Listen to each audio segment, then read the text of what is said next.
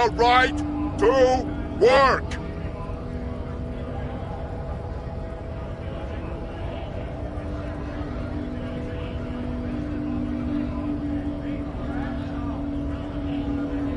Hold up and stay frosty, everyone. Cops are here. You here to fuck with us? Beat the honest worker down.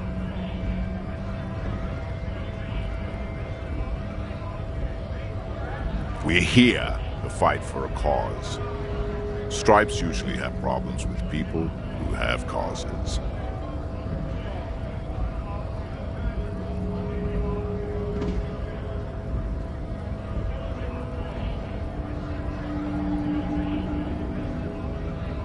Good. We're fighting for a cause here. Right to work! Right to... Besides, we're not that different. It helps if people see us talking, cops and strikebreakers together. Shows authorities are on our side. Builds confidence.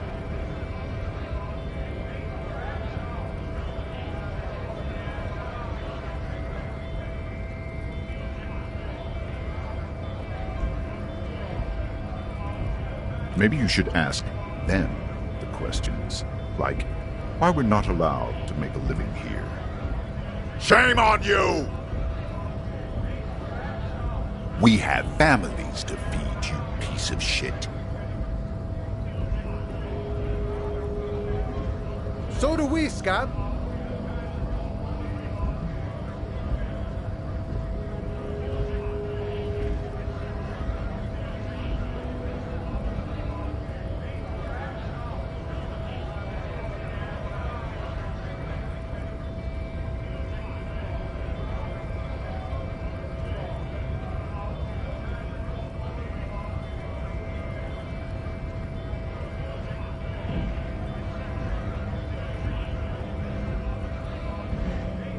Not before you get in there and get your ass whooped.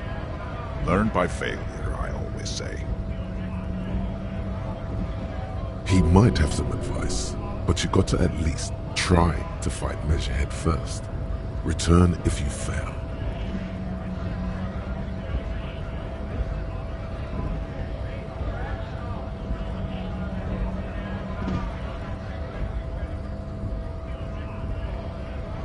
Have fun. Union shits are on full strike. Don't think they're going to let you through the gates. You trying to meet their fat boss?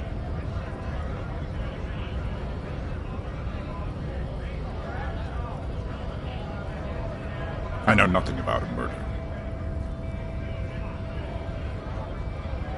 Wouldn't put it past these harbor bugs. They'd do anything to stay alive. Right to work! It's shameful. Cops doing nothing. You should bring backup, open up the gates for us. Blockading gainful employment for workers is a crime.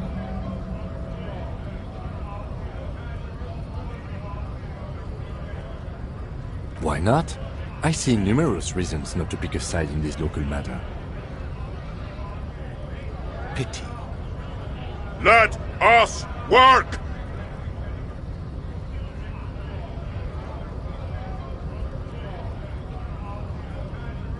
Honest men and women with rights to work, to be useful, not toys for corporate interests.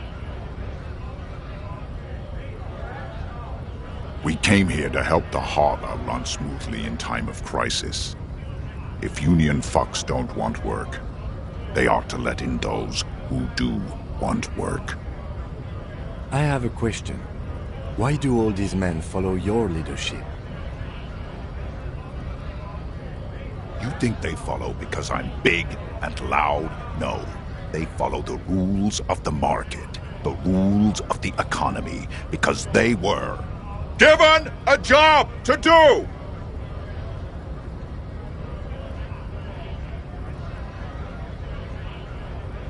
We were promised work. We'd be in there, working, if the bastards hadn't shut the gates.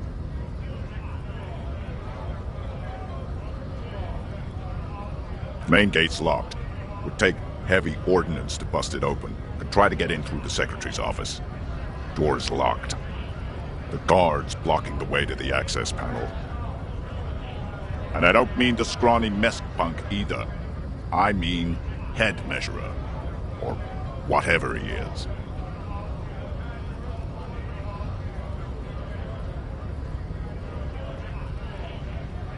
Yeah? That giant up there, on the bridge you talked to. Head measurer. Won't let the workers by. The access panel is right behind him. Bad. Standing on a narrow bridge, he's got a strategically advantageous position. And he's trained. I don't know how the Union has a trained killer up there. But that one's no joke, and my men are tired and hungry. They're workers, not fighters.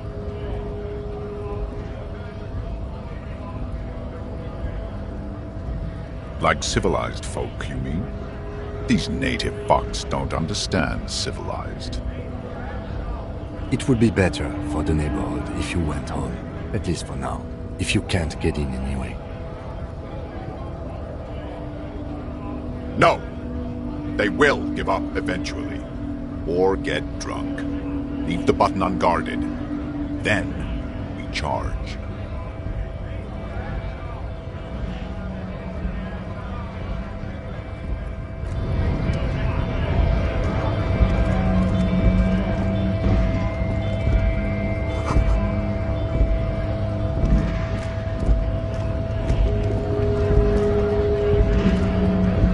Yes?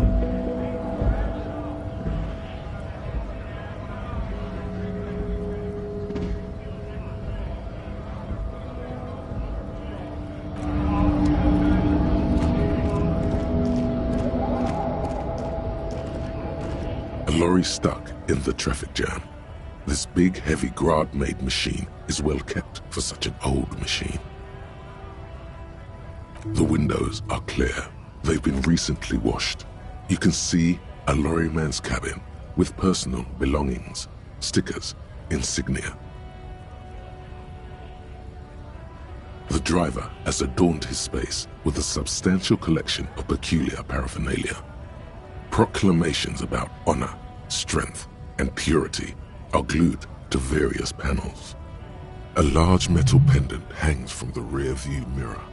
The pendant features a sun crowned with wavy rays. It is the seal of Royalist-era Revachol. The back end of the cabin has a small perch to sleep, large ashtrays. There are several suns and wheels sewn into the curtains. A book with ragged edges catches your notice. The front cover features a large, muscular man. The title reads, Man from Eamdal in the Lost City of the Pygmies. Racist nationalist paraphernalia. Not unusual in this part of town. This is our guy.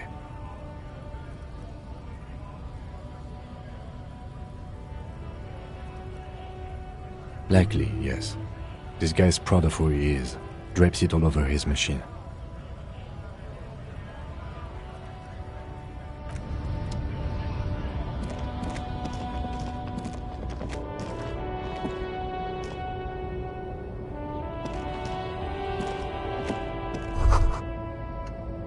A Stars Ryko, one of the finest Zhimsk-made motor carriages ever. An oldie, but a goldie. Not many people outside of Grad, and Revachol West too, it appears. A Stash Ryko KK2. That's a classic model. Never thought I'd see another one repainted after what happened last time.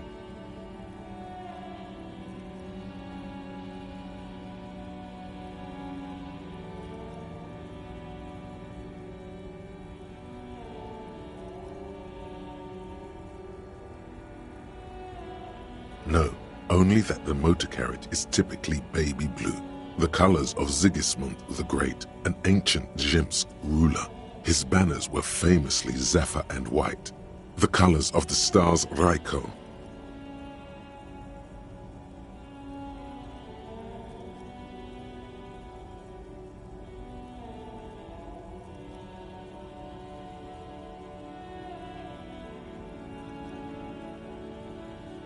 That's, well, yes, exactly it, more or less. Except it was a crowd of them.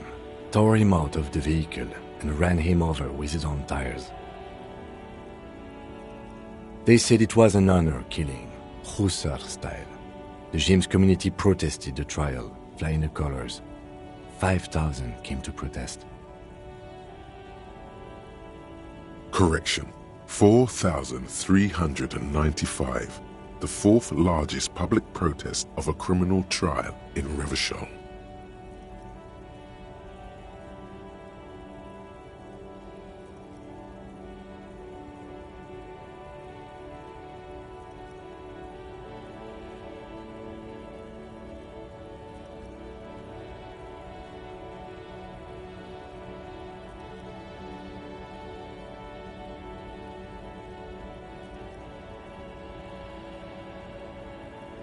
I try to avoid drawing far-gone conclusions like these before actually examining the body, but my initial guess is the two are unrelated.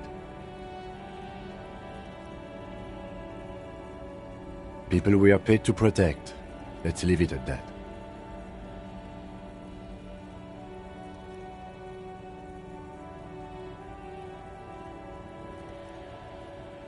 Four years for murder in Reunion.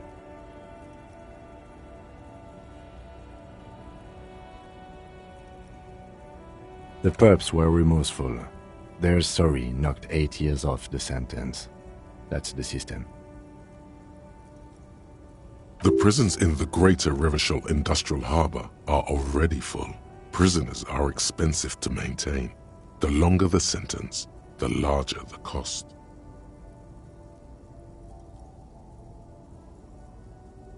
Yes, detective?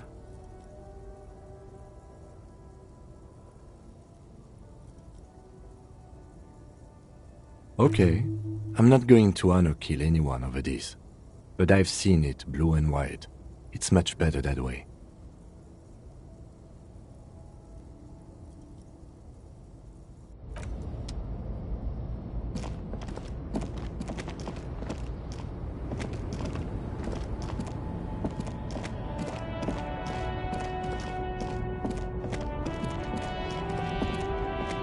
An old monument stands in the middle of the traffic island, pointing toward the sea. It looks as if it's been reassembled piece by piece, secured and mounted in the air with the aid of numerous ropes and rods. A silver plaque on the statue's pedestal reads, "I am Philip III, the Squanderer, the greatest of the Philippian kings of Revachol, son of Philip II, the opulent, father of Philip IV, the insane." As you look up, you notice something about the statue. There are some odd indentations on the king's chest piece.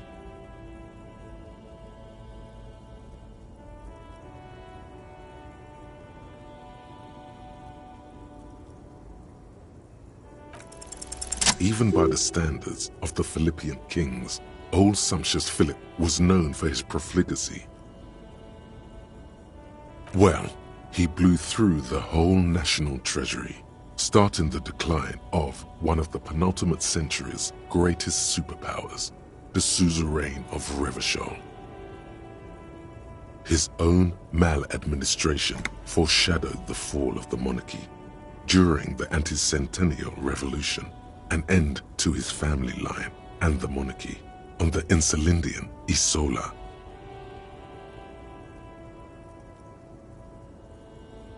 Stories have it that he had his bedroom converted into a treasure chamber, where he stored unfathomable wealth, Krugerrands, bars of gold, ornate weaponry, armor, and various chalices.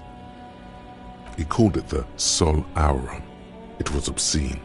There were whispers he slept on a huge pile of gold-dipped feathers, like some obese dragon, instead of a bed, like a normal person.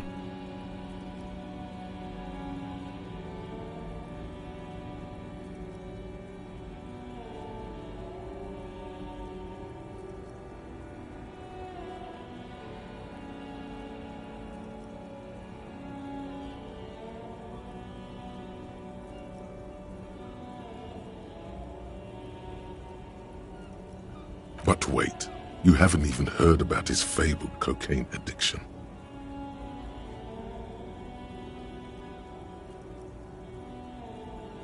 You see, old Philippe wasn't just good at squandering the national treasury on gold and ceremonial weaponry, he was also a prodigious snorter of nose candy.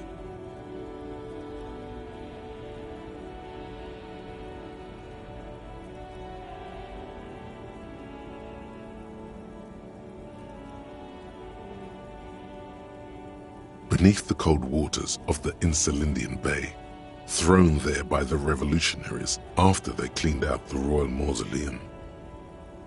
The original was blown apart by communards, then further damaged during the landing of the coalition's airships during the turn-of-the-century revolution, when Martinez was leveled.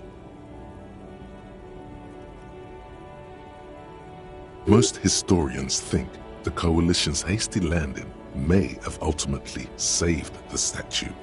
If the communards had more time, they would have reduced it up to even finer pieces.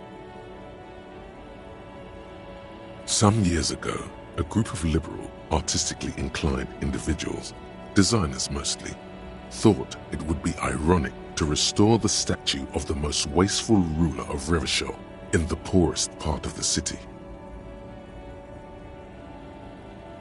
The statue is supposed to capture the moment it was blown apart, like an instant frozen in time, a rare butterfly trapped in amber, floating on a sea of shit.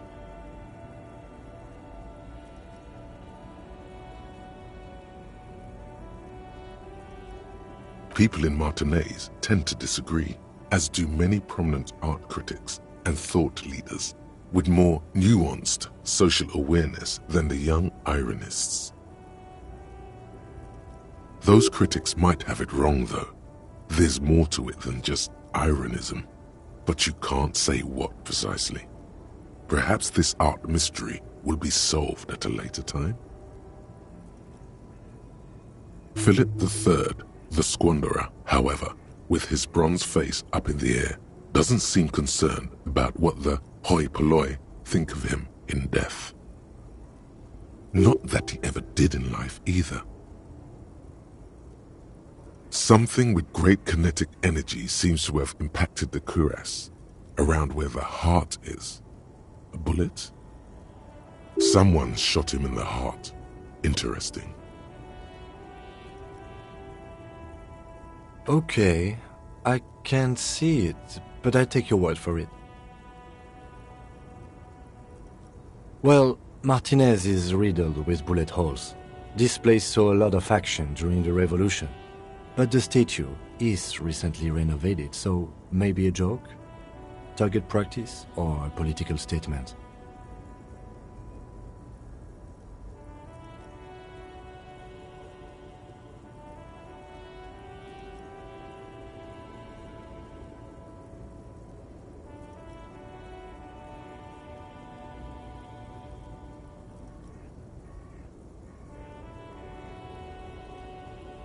If we connect every bullet hole in Martinez to the murder, we'll get an overwhelming amount of loose threads. But then again, we don't really know what we are dealing with here, so... I've made a note. Don't hold your breath.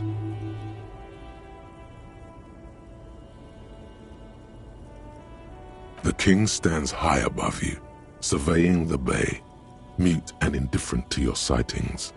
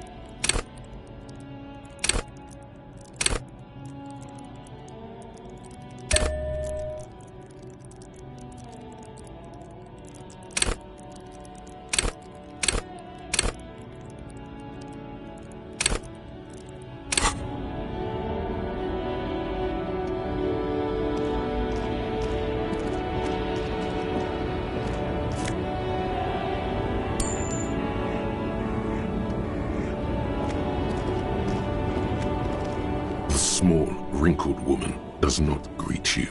She nods along to something on her radio. A photograph is clutched in her hands, and there is a warm smile on her face. The photo, an ambrotype from the turn of the century, as golden as her smile.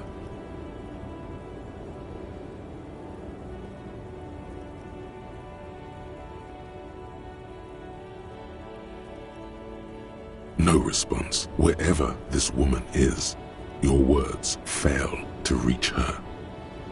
Wait. She's just a distracted old woman. Better to leave her alone.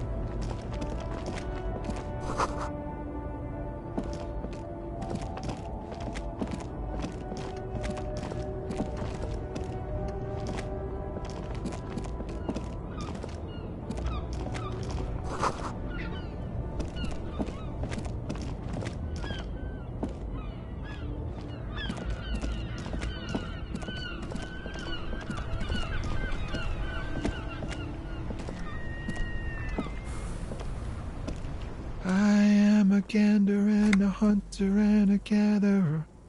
Feel like a traveler. A simple little cadence. He seems to be making it up as he goes. From another planet. Hey there. It's the jam, my man.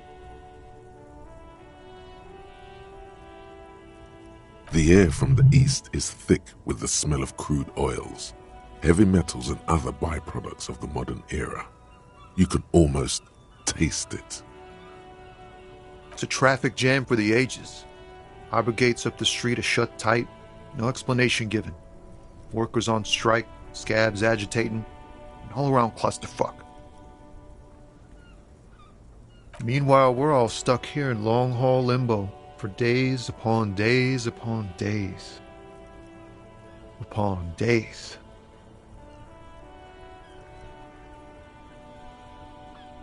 Feels like forever. Like I was born on this here roundabout and this was all I ever knew. Just me and the metal and the tires, the oil and the fumes of mazout.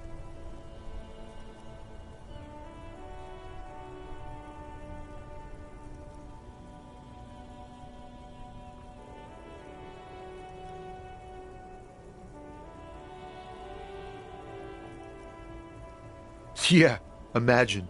It's been a whole week already. So tell me, what do you need?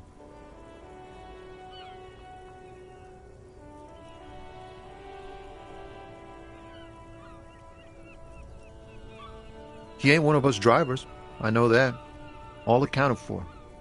Otherwise, I haven't really asked about that. Been wasting time right here. Keep him busy. It's easy to see he's telling the truth. He's kept his nose out of the dark stuff. Analyzing the fundamental structural and psychological conditions of being stranded in the midst of a sea of motor lorries and their sad, despondent chauffeurs. Ask for his conclusion.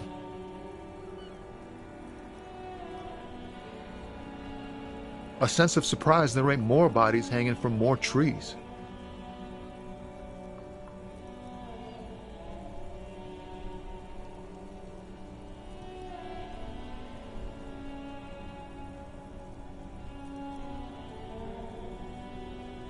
Oh, high-grade narcotics, illegal firearms, stuff like that. Relax. He's merely joking.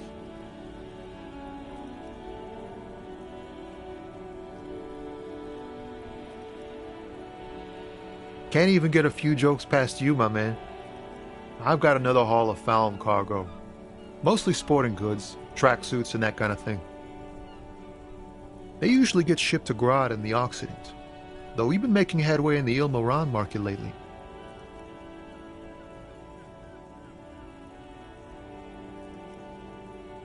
This rockin' beauty. Sure is, like a rash you can't get rid of. You interested in heavy-duty cargo machinery?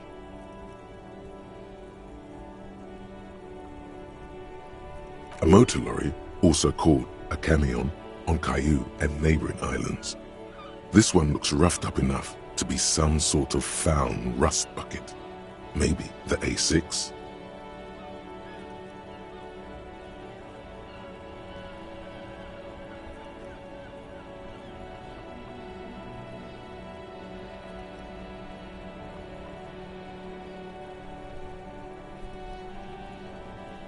Good eye, my man. Yup, she's an old one, but reliable. Me and her spent a long time together.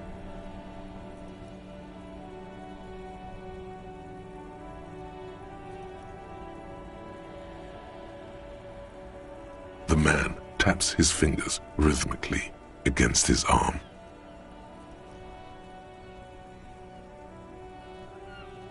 Don't be a stranger.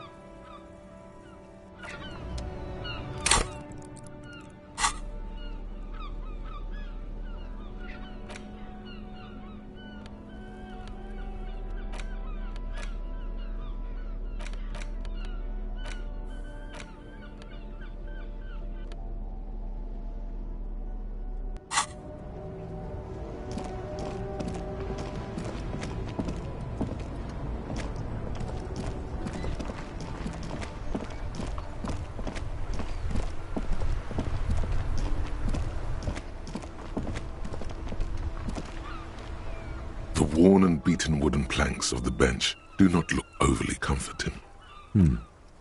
We can sit on benches after we've solved the murder. Let's go. You can revisit the bench if you ever need to pass the time when Lieutenant Kitsuragi is gone.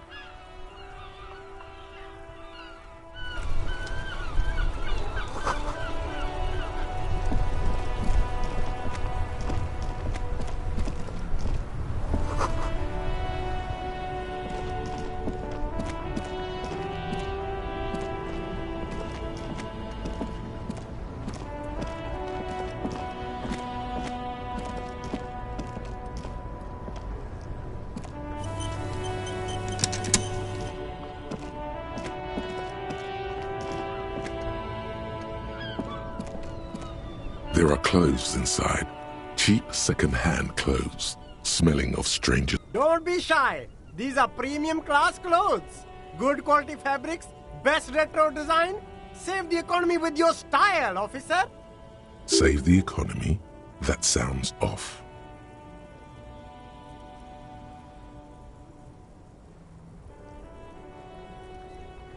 You find your hands deep in tattered and faded garments made from weird polyester blends that make your body itch and sweat in all the wrong places. The box smells like cat piss or like an old person with no money. Economical, but also trendy. Look first hand, buy second hand. Keep the economy moving.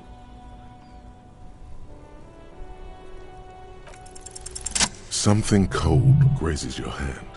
Synthetic and sleek. A windbreaker. Surf, it says, but also wind, summer, 100% waterproof. And Good choice, officer. Mega sporty. And it's only $450 for you, sir.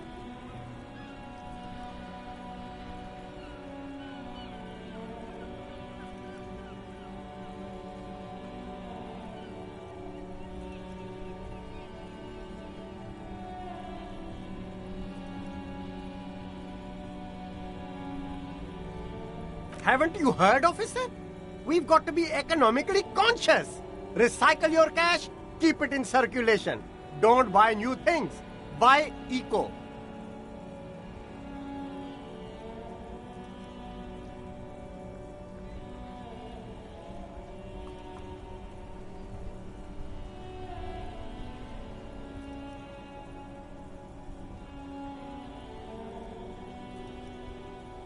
Very cool. The economy thanks you, officer.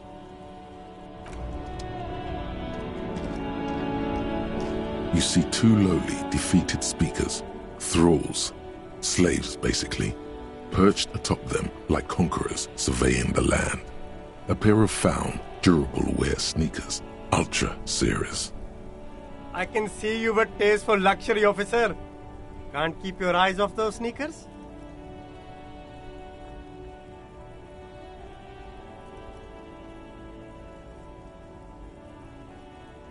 A pair of found Ultras. The design is impossibly sleek and simple. A futuristic silhouette with a sleek monochrome colorway, a jet black upper, and a silver-lined midsole. Those sneakers, mister. Those sneakers are the latest found sneakers. Super air, super fine, super cool.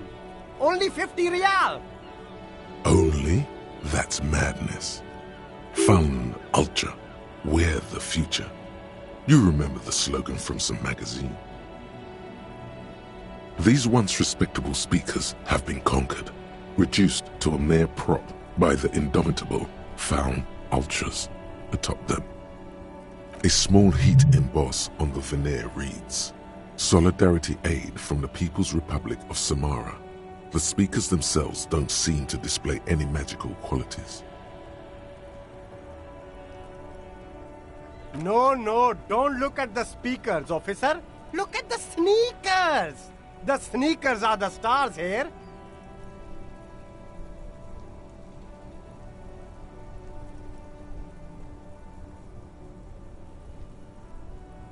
No, don't pity them, officer.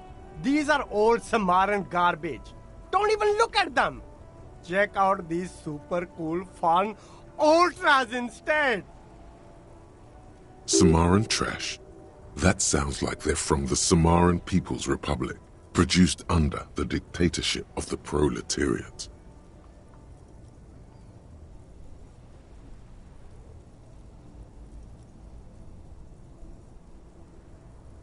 No way, officer! These aren't for sale. They're bad speakers. Low-fi socialist junk.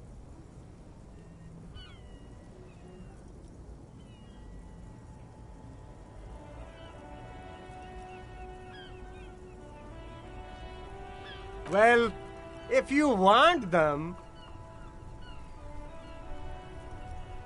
But see, they are the pedestal for my sneakers. If I let go of the speakers, where will the sneakers go?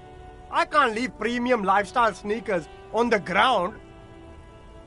If, on the other hand, you wanted to buy the sneakers too, I could maybe throw in the speakers for little extra. 50... Damn, so you have to buy the sneakers first.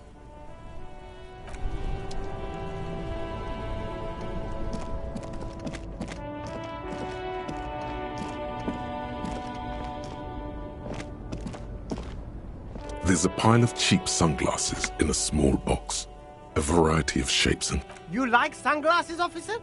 I've got the latest styles right here.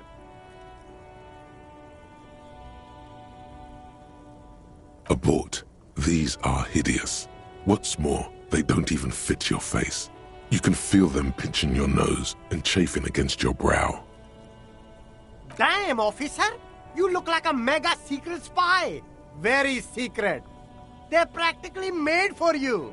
I'll let you have them for 2 real and 50 cents.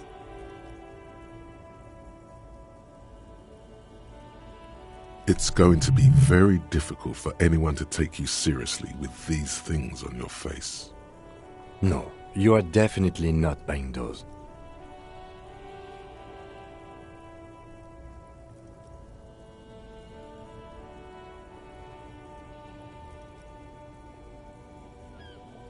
Are you sure? But they look so good on you. You should think this through, officer.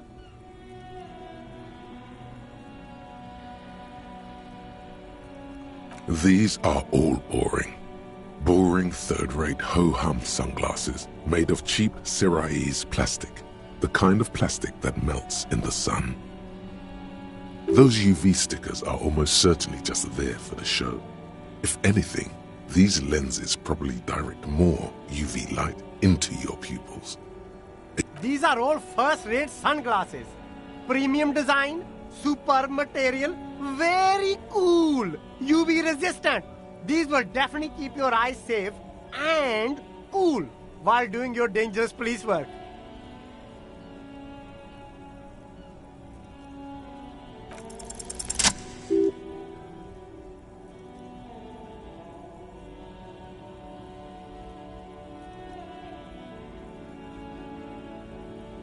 Oh, very interesting choice, officer.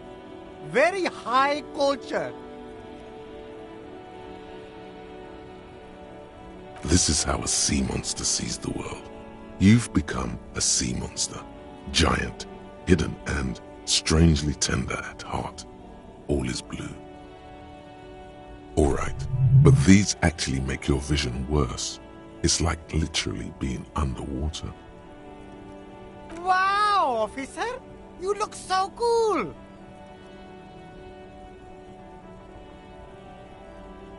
And they can be yours for a mere 3 real. My regular customers have passed them all up because they've got no taste. But you found them.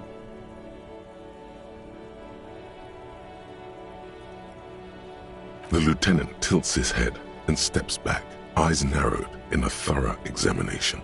It's a case to him. You look like a musician. Like a blind musician. But you could do worse. Take them if you want.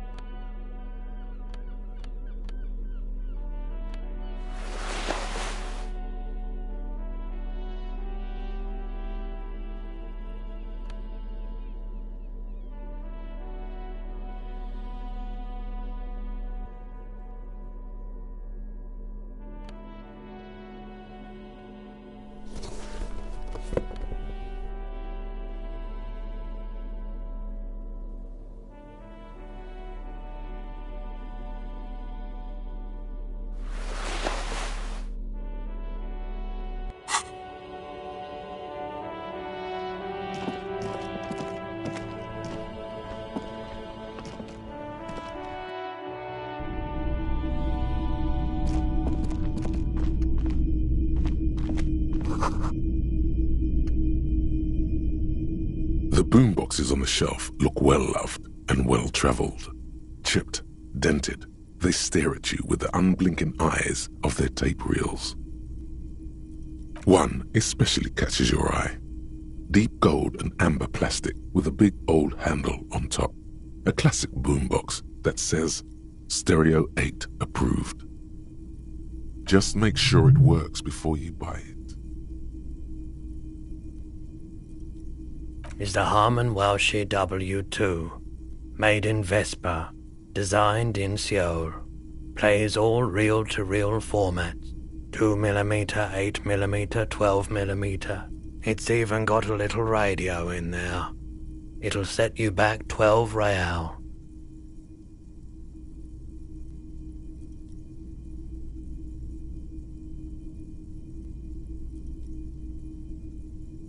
Absolutely. I've tested each one myself with recordings of speech, found sounds and music from a variety of genres, even though I don't really like music. That's odd. Why doesn't he like music?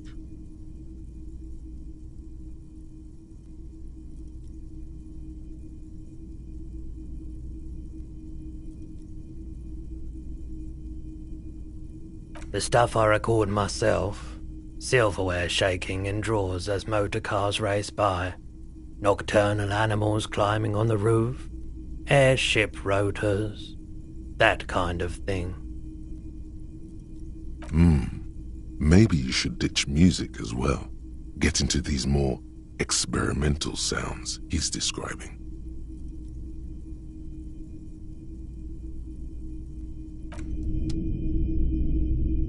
A typical Martinez streetlight sits among assorted floor and table lamps.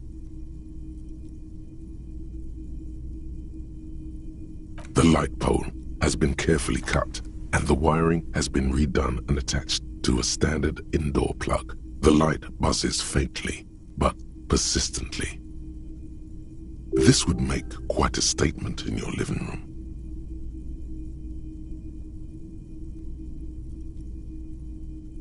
Yes, officer. As you see, it's in perfect working order. His manner is casual, but his speech is careful, measured. He wants you to know that he has nothing to hide.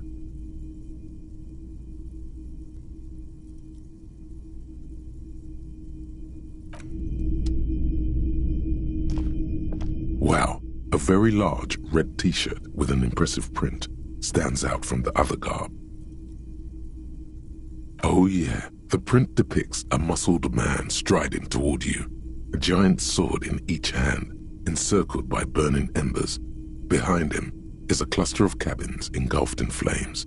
Beneath him are the words, Hjelm. The antlers on the hood of the man's cloak and his piercing blue eyes are familiar.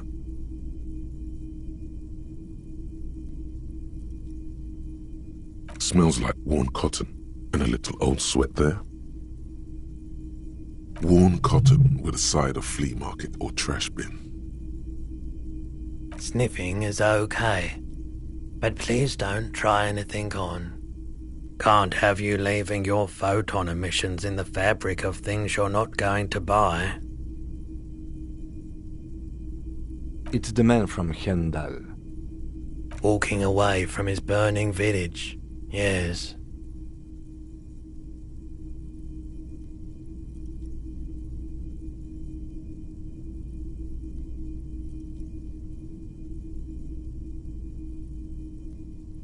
The man from Hjelmdal is the hero of a series of popular books based on a fictional version of Kotla, mostly what is nowadays Arda NFD. In fact, most people don't think that man from Hjelmdal ever really existed, but they are wrong. Hendal isn't a real place. Neither is the man a real man, of course. But both the man and Hjelmdal are an ontological necessity. But hey, it's not worth getting into an argument about. Wow, what?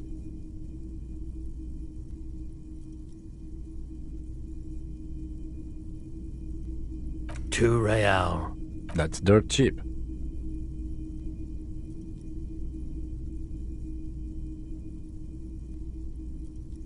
But why?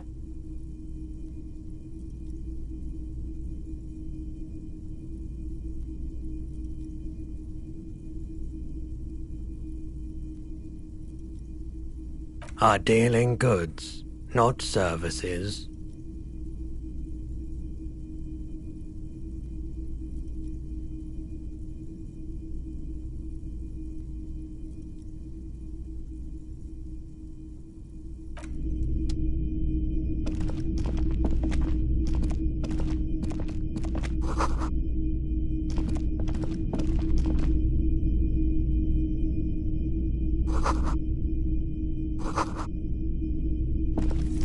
You see rows of toy soldiers guarding the rest of the trinkets displayed on the table.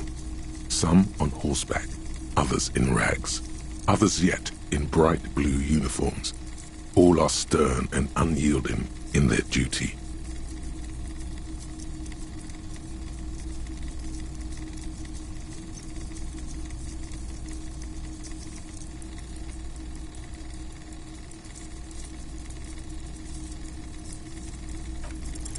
Why, what's this?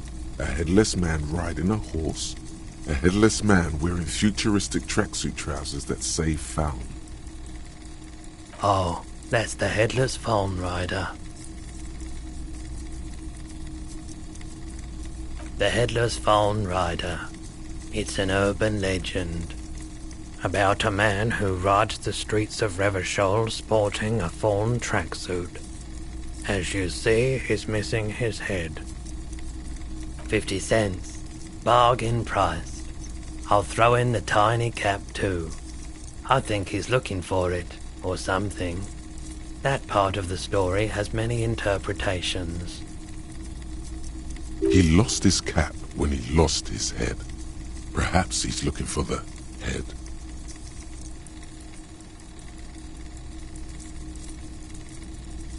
Big men on big horses.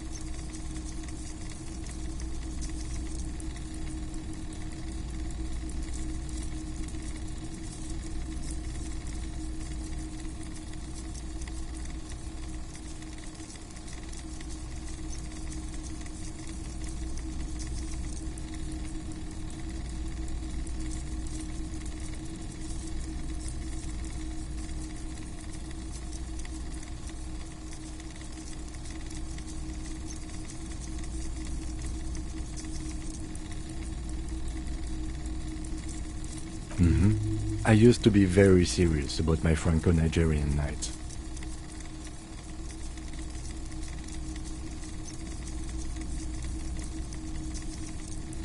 They're not all blue. These figurines also wear gold coats and caps, complemented by orange trousers. They are variously posed, wielding swords and rifles with bayonets. Which ones? Ah, royalist soldiers from the time of the Revolution. The uniforms are painted a bit too brightly, I suppose. This set of soldiers isn't meant to look impressive. A few have rifles, but most of them carry pistols. Some even shovels and tall sticks. You're probably talking about the revolutionaries, yes? Yes, they are soldiers, revolutionary soldiers. I think their poverty has been exaggerated for effect. When you place them next to the royalists, it doesn't seem like they could possibly win.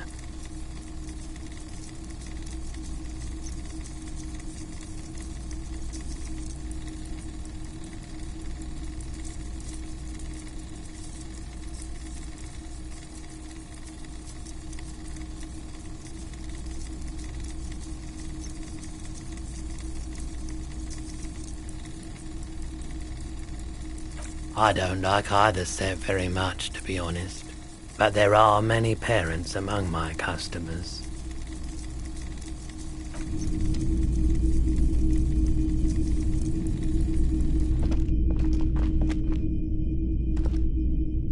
It's not often that I see officers from the RCM in my pawn shop. What can I do for you?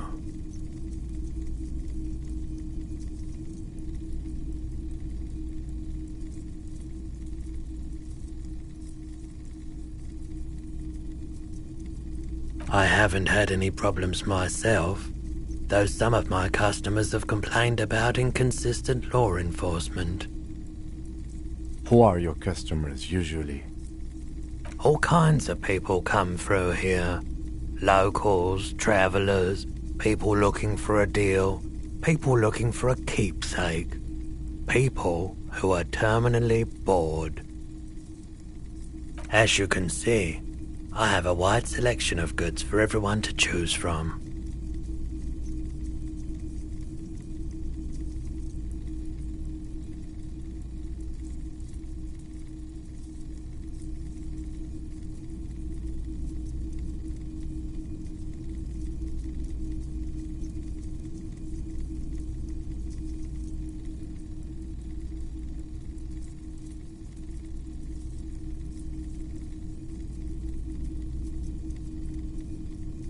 It keeps me entertained. Entertained? He might be high. If he is, on what?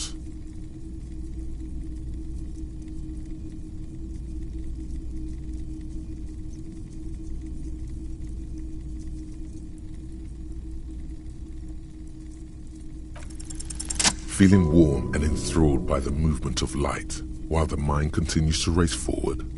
Lucky bastard. He's probably on Parolidon. It's tough to come by on the street. A drug developed by the military to treat and prevent radiation sickness. It has psychedelic side effects, and it makes your eyes turn yellow.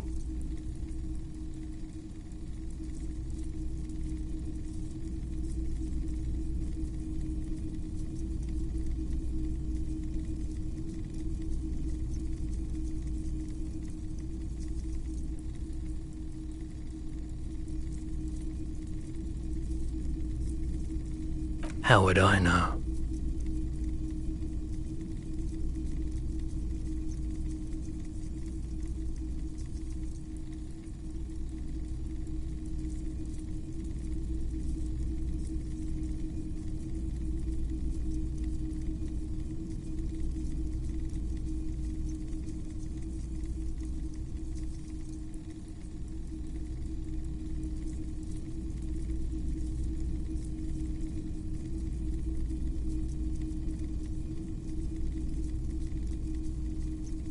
I've had to take it, you know, since the People's Pile cleanup.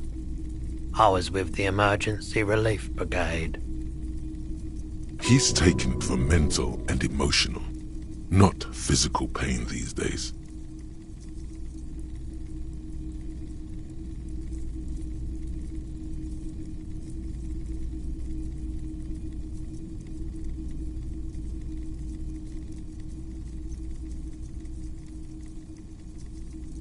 A bad idea. Some poor leftist built a particle decay generator in hopes of bringing affordable electricity to underserved communities.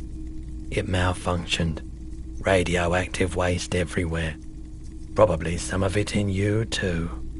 The People's Pile was a Type U particle decay generator that failed immediately after entering service, releasing radioactive waste into River Esperance.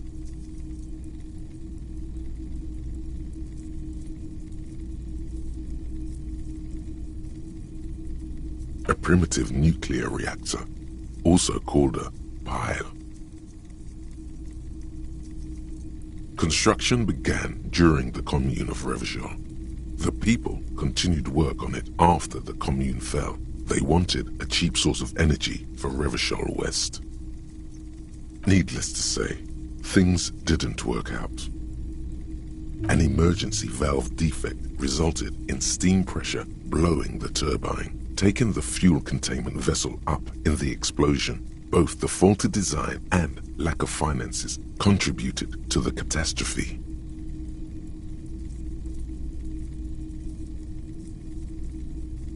We were an all-volunteer force, self-organized, tried to help the fire brigades contain the spill.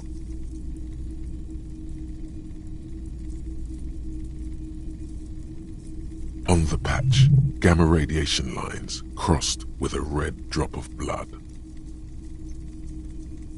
I lived by the river since I was a small boy. The Esperance. Didn't have the art to let it all go to shit without trying to do something to help out. There wasn't much the volunteer force could do, however. We wasted years in the river mud. Years getting sick.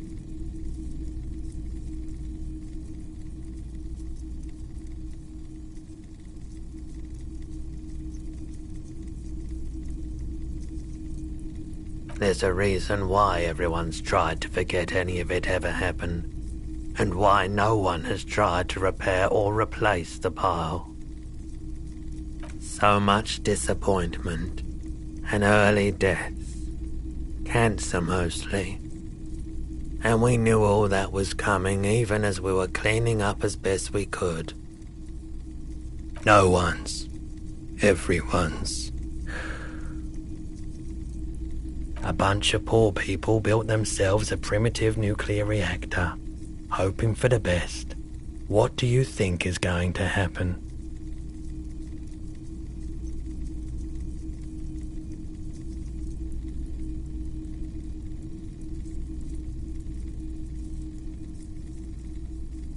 The cleanup happened 15 years ago. I was young then. Later, my second aunt died. Left me this shack and all the assorted junk in it. So I came to Martinez. People told me don't go there, it's a shithole. I said, people, we just had a nuclear pile meltdown. I'm gonna get as far away from Forburg as I can. Still in the same city, but...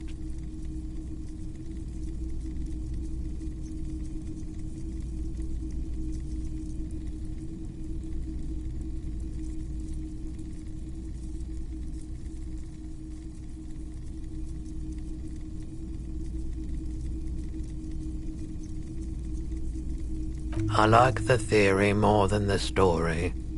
Outward movement, not vortices. Yeah, you gotta get in on those vortices, my man.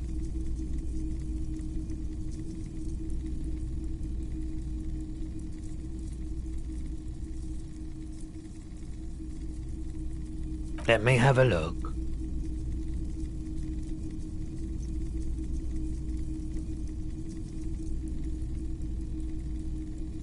Anything else you're thinking of selling?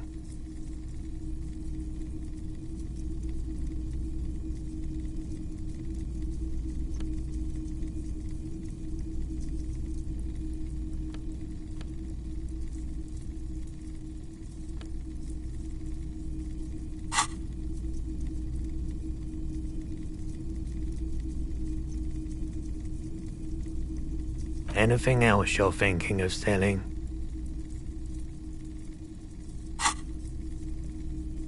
Another time, perhaps. I doubt it, but I can try and answer any questions you may have. I do my best to keep my distance from all manner of butchery. Bad for business, bad for everyone.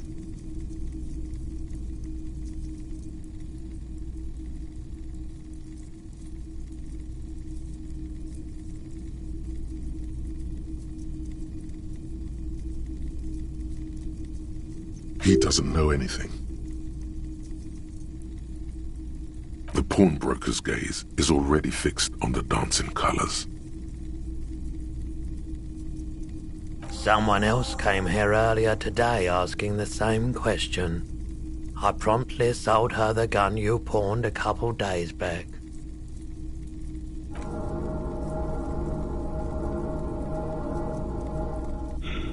This is a pawn shop, and it did feel as if you've met before. Oh God. The lieutenant shifts from one foot to another, alert.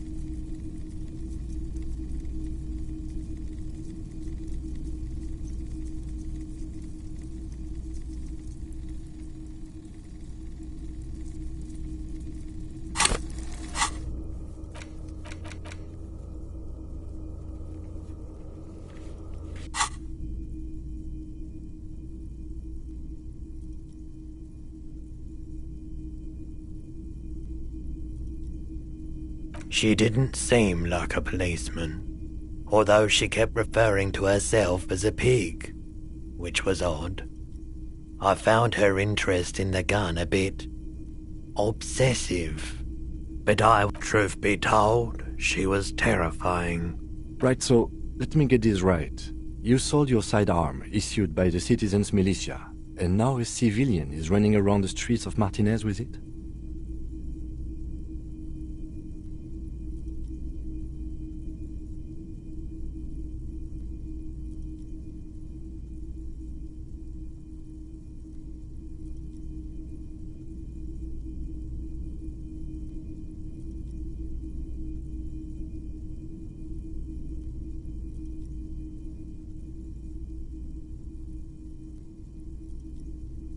You're right that she could cast aspersions on the Force. We have to find her.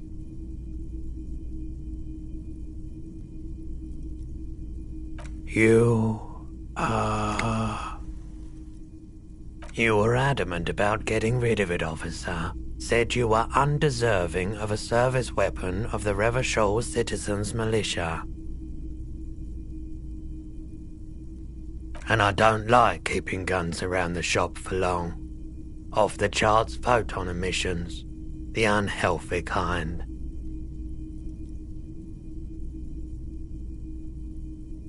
My apologies, officer, but I have no idea where she was coming from or where she went. A needle in a haystack. There is nothing you can do about it now. You'll just have to hope you luck upon her somehow.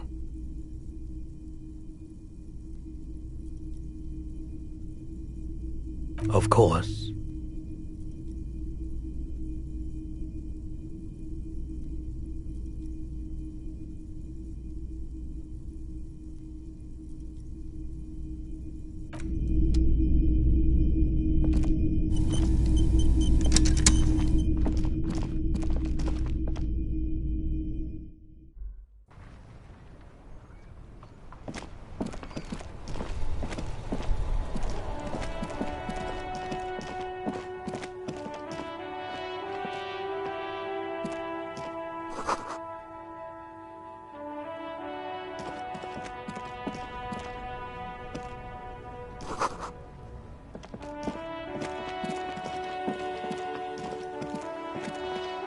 G'day to you, officers. A burly man hangs out by the waterlock, carving up a generous serving of salami with an old hunter's knife. His eyes are fixed on a man stranded on the other side of the waterlock and on an enormous billboard that has fallen down into the canal between them.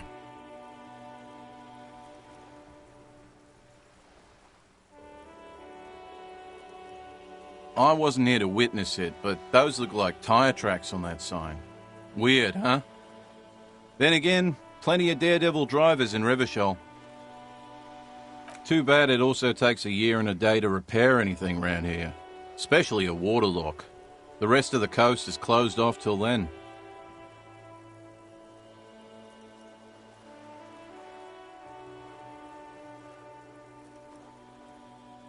Well, there's the fishing village, an abandoned fish market, a bizarro church. Not much use to the congregation, though. There always seems to be something wrong with it. Yeah, not really much else. Just bombed out ruins. Sure thing. It is salty, it is savory, it is chewy. The hangover only makes the salami more tasty. Want some too, officer? Why not?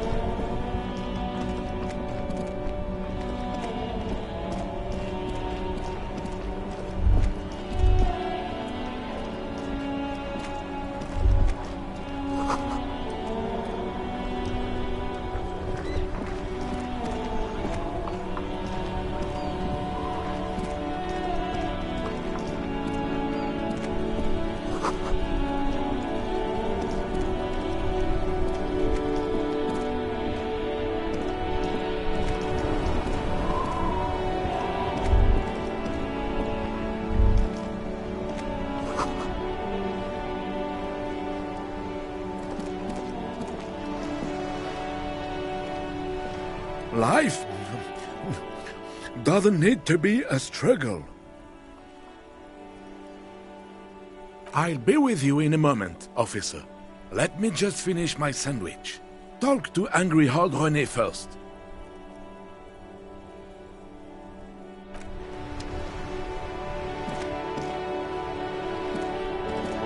Have you no shame? Whining about your back every time you bring out the measuring tape.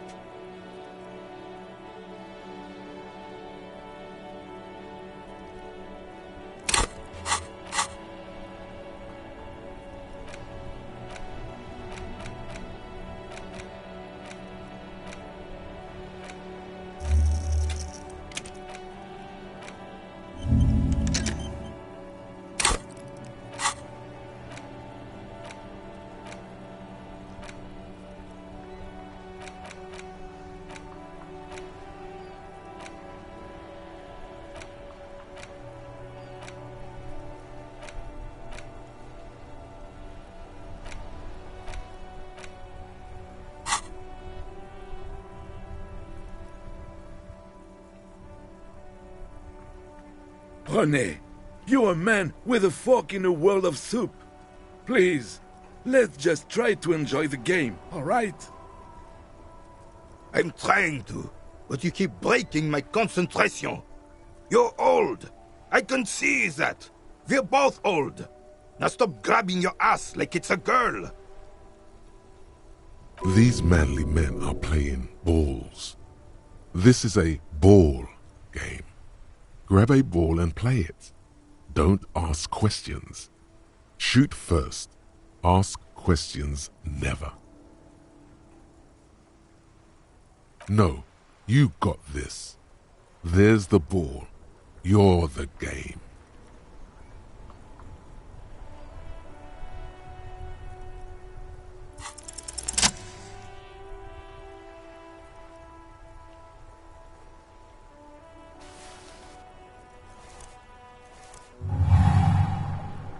You are immediately surprised by the ball's lack of weight.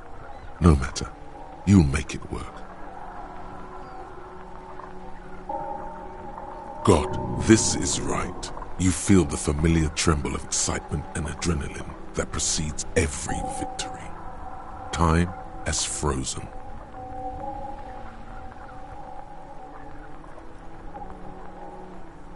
The cold metal ball is surprisingly smooth against your neck. It has a pattern on it, probably a sponsored ball. Yours would only be covered with bumps of learning and scars of victory. Already your muscles are adjusting to the weight, the nervous system calibrating, until you and the ball have merged into a single entity. A chilly breeze ruffles your hair as you stand there, feet firmly planted. All sounds, smells, even the wind, everything fades until the only thing left is the union of man and ball.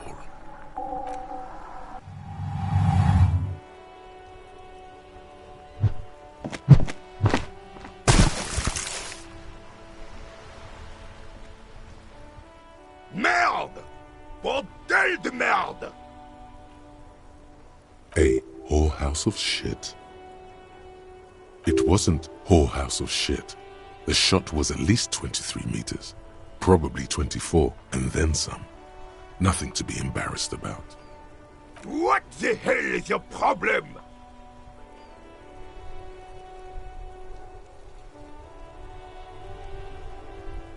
You vandalized our game, son! We can't play pétanque with 5 bull!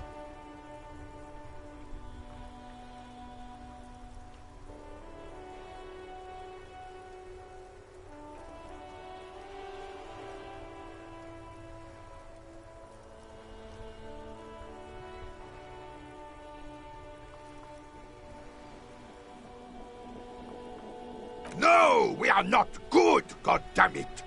We want our bull back! Take it easy, René. This is just a misunderstanding, isn't it, officer? No harm done. Of course there's harm done, you orange slug! You owe us a goddamn bull!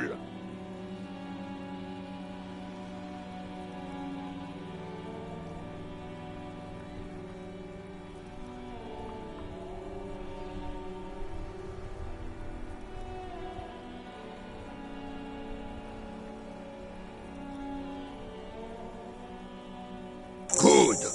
Mistakes are forgiven when men at least try to right their wrongs.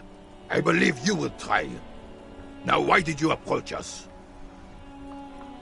Yes, why did you come here? It's unlikely that you never know. He might know something. This is a good vantage point. Unfortunately, I don't. Unlike most of the locals, I have no qualms about assisting law enforcement, but this affair has passed me by completely. In Martinez, the Union is the law, so can you really blame them? Cop is a pejorative term. I don't have a problem with policemen. On the contrary, I admire the effort to bring order to our streets. He doesn't know about the crime. Your time is better spent discussing politics.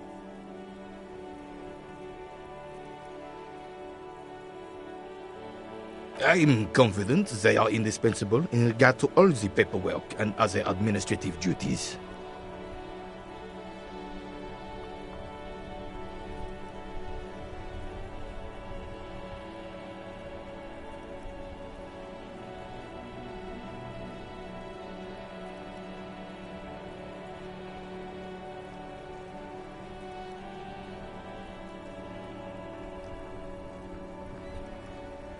No man can afford to turn his eyes to the horizon if his rear isn't secured. If the women folk take care of that, then men can tackle the bigger issues.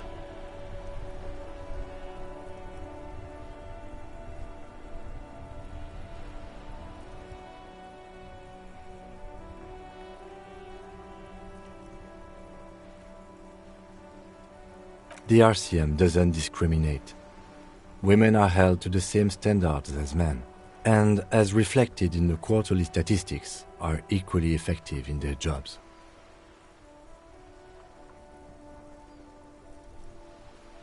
Unlike men, they also have to deal with the very same mentality you two are displaying right now.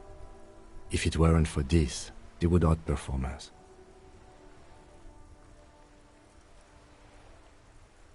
I'm glad at least some people keep a level head in these turbulent times.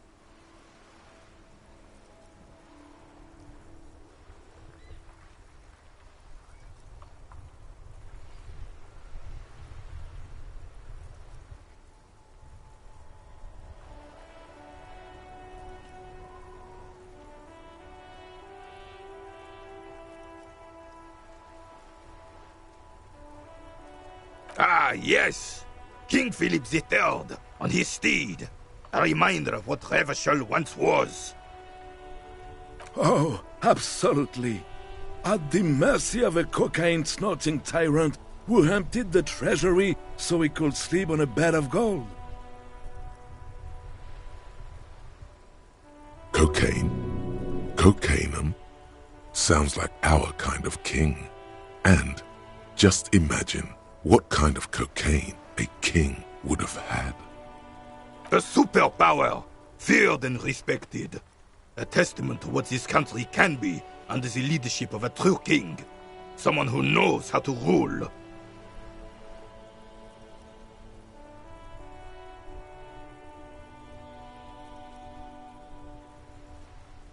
Decisively, without fear of offending the sensibilities of the frail and weak-minded among his subjects. This is something the insurgents never understood.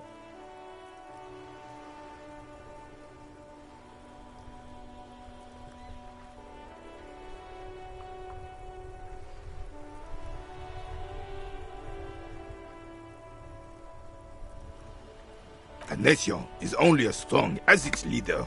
That's why it was such madness to try to... Don't get started on that again. What happened, happened.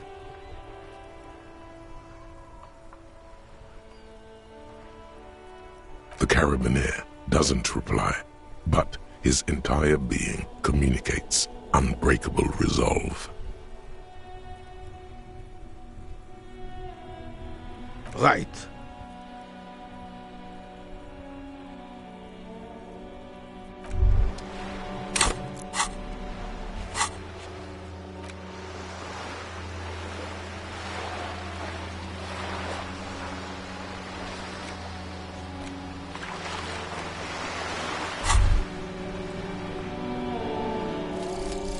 Advanced race theory.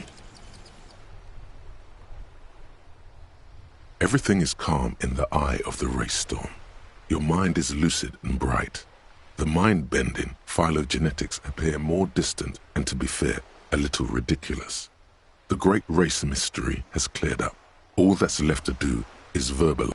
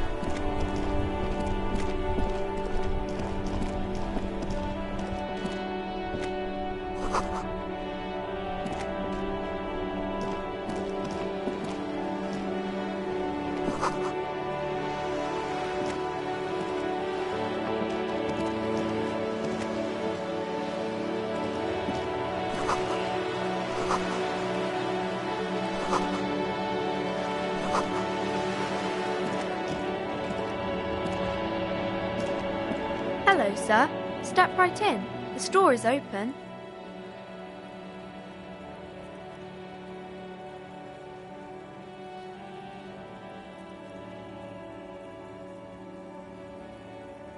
Are you interested in a new and exciting book?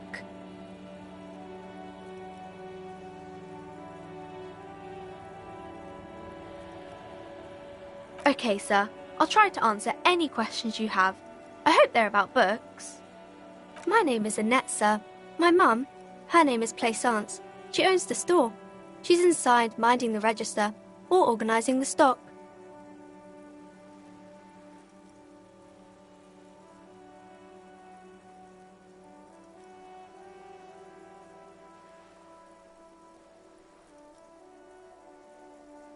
Feel free to step in and browse our wares.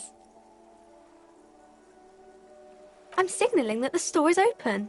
Otherwise people might not know. They'd miss out on the crime, romance and biographies of famous people.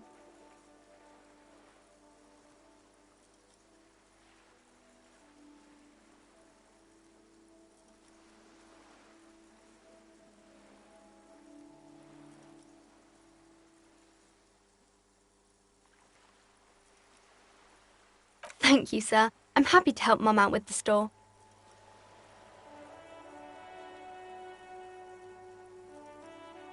I do my studies at home at the moment. I have to help Mum keep this place running.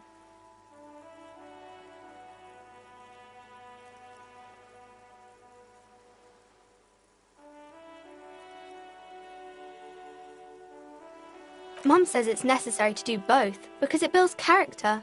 Mum says a proper worker is dutiful. That's how you get ahead in life. You succeed.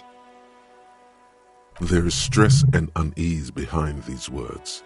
She's reciting etiquette. Mum says it's peachy. She was a little afraid at first. There's talk about this house being cursed.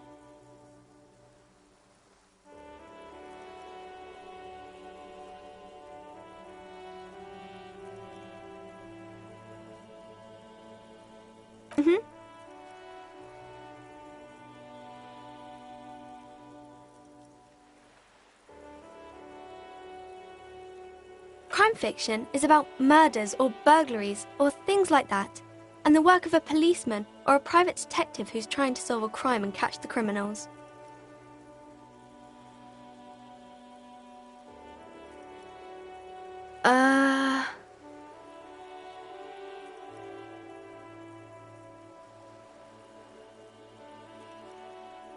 Crime is what we were solving before this conversation began.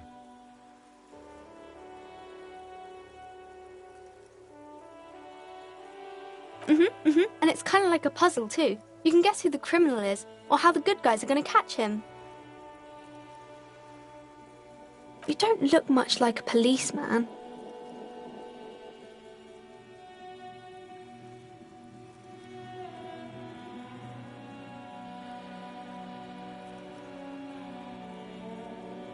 Didn't mean to offend, sir. Sorry, sir. It's just that you don't look like Dick Mullen.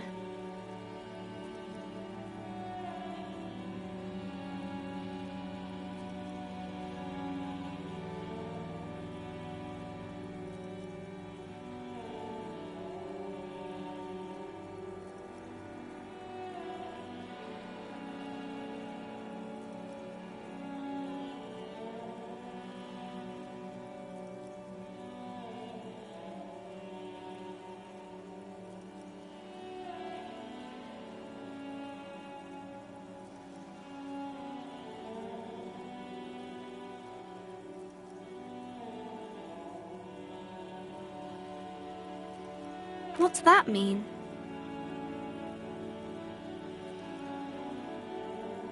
And everything's better now, sir? Why is that?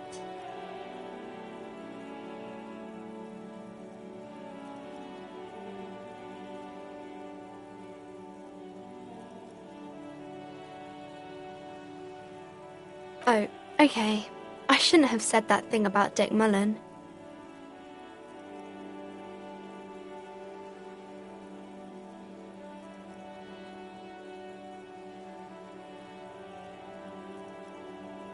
More about books, maybe? It's the type of book where there's a rich lady and she has to choose between the good man and the bad man.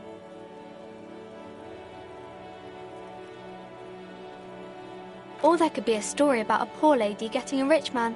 It's about man and lady business, sir.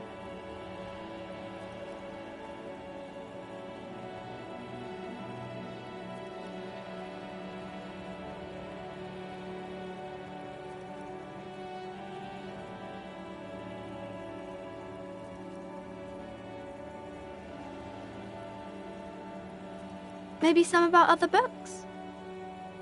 Oh, kings and queens and generals of old, or artists and writers, or musicians, those kinds of people. There's usually something extraordinary about them. I think that's why people read them, to find the secrets of their fame. Seems like most people who read those books fail to get more famous from reading them.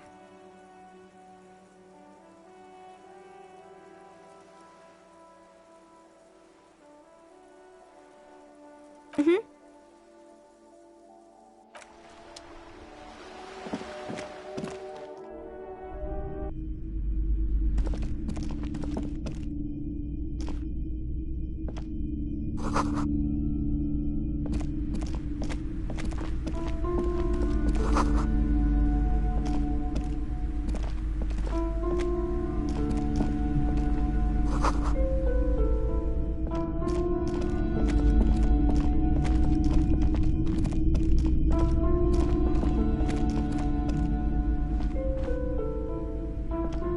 These shelves are overburdened with books from the same series. You see the name Dick Mullen over a couple of spook novels hide amidst all the detective books. Thrilling tales of spycraft and daring-do. Crime fiction is a disgrace. An asinine misrepresentation of the physical attributes of the arduous everyday work of actual police officers. These books greatly overstate the excitement of police work, glossing over how long it takes to actually follow up on leads and eliminate dead ends. What's more, they completely ignore the psychological hardships of year after year coming into contact with people during the worst days of their lives. Not a single mention of all the stress this work creates upon the officer's family. Detective fiction just doesn't tell the truth at all. Now, would you like a list of all the books found on the shelf?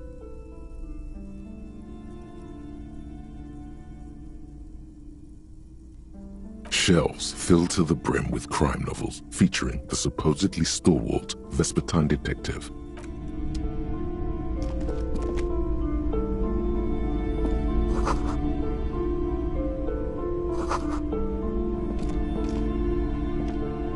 The plaque on the shelf reads, "Biographies of famous people." Browsing through all the books with all their names makes your head spin. None of these seem important or relevant. It's all just vapid egoism. Suddenly, a particularly odd title catches your eye. It reads, "High Speed Love, the tragic true love story of Jacob Irv and Alfie Delatraz." High Speed Love chronicles the romance between two of the finest tip-top tourney racers in history. One of them is the madcap driver, Jacob Irv. His blonde mane graces the cover. Next to Irv's life story, you see a slim biography of an Occidental rock star called the Anti-Star. He's famous for shooting morphine into one of his eyeballs and cocaine into the other. Next to that, Revacholian radio personality Guillaume Bevy stands in front of a run-down drug den. He's a permanent fixture on Channel 8, reporting on real-life crime and ruining cops' days. I really must insist you buy one of the books. Reading them is not for free. Do still browse, though, but not too long. I'm sorry, I did not mean to rush you. You are browsing. Go ahead. Take your time. Time is commerce.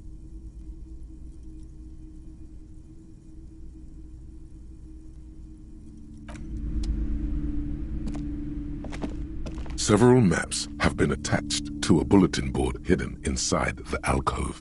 They're held up by small pins. The board has come loose from one corner.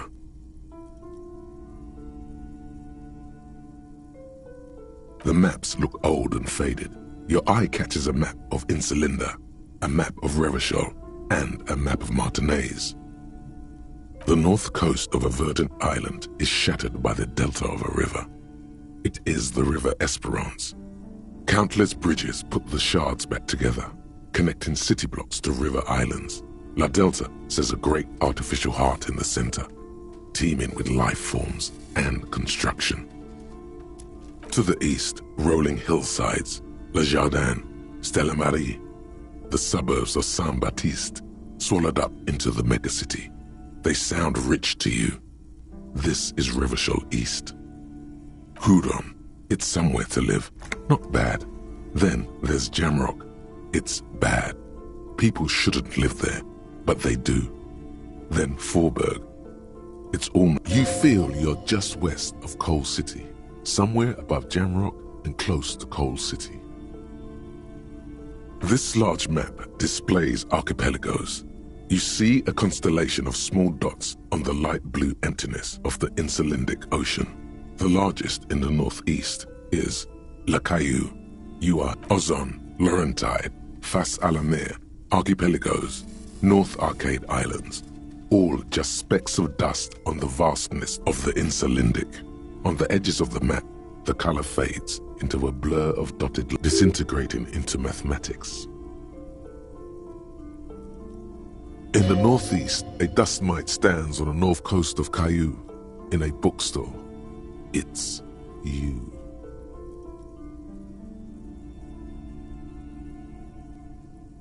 The ocean breaks apart into a tangle of cosines and azimuths, all pointing into pale nothingness. Windy is the north azimuth. Grad, connections to other worlds. Words past the Insulindian, unknown to you. You only know you've never been there. You have little idea what they are. Distant stars, gods, but looking at them makes you feel almost non-existent. Whatever they are, the Isolas are immeasurably large compared to you, and very, very far away. Perhaps they are gods, gods of distance and outer dust. It's not really a map, it's a tourist thing. A picture postcard with buildings on it, drawn from an isometric perspective. A date in the upper right corner says 48. Still, it's detailed. Could be pretty useful for scouting ahead. You see the jagged boxes of an industrial harbor, even the whirling in rags there.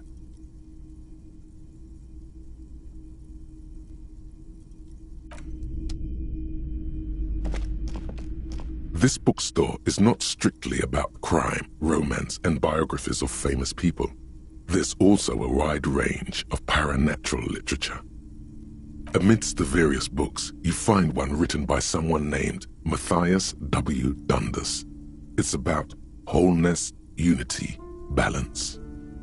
These three things are very important to the working class mind.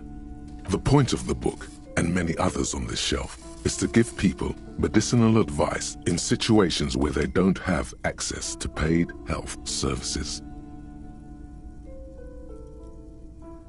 It serves platitudes, while also telling everyone that traditional medicine, the kind people don't have access to and which costs more than this book, is garbage and would only give you cancer anyway, without even curing your cold or anything. Wholeness, unity, balance, on the other hand, can basically take care of anything. Though when it's up to your mind to heal yourself, then it's because of your mind that you're ill in the first place. Various paranatural books still litter the shelf.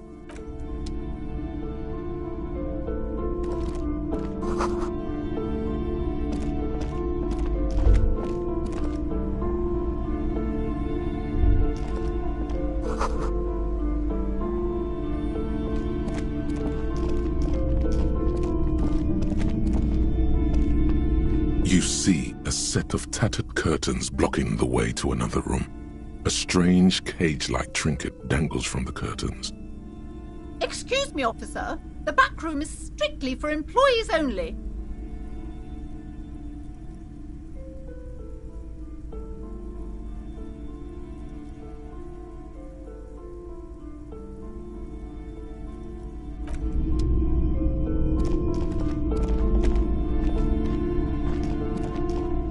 welcome to Crime, Romance, and Biographies of Famous People.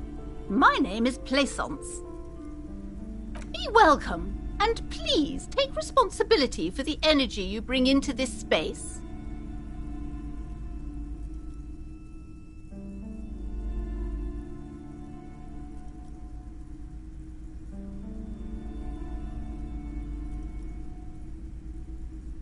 I am the proudest owner of our little shop of culture.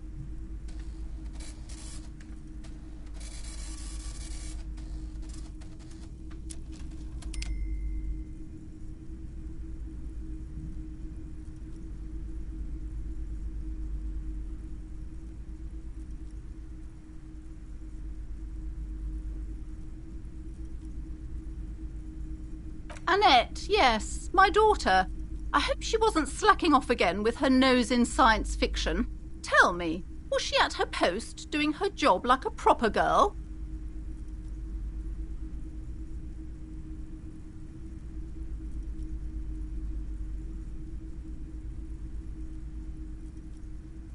Wonderful. Did you talk to her?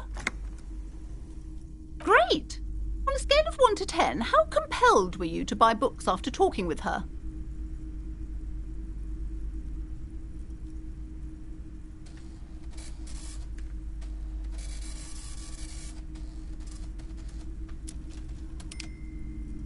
My precious, her dedication brings joy to my heart. If you have children, I hope they turn out as great as my Annette.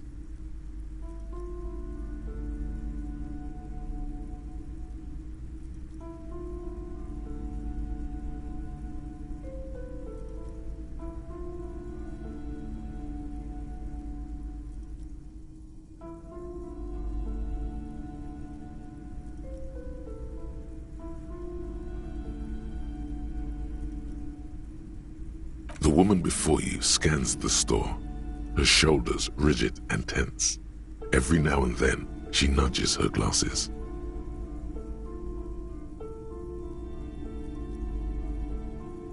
Cursed? Who said that?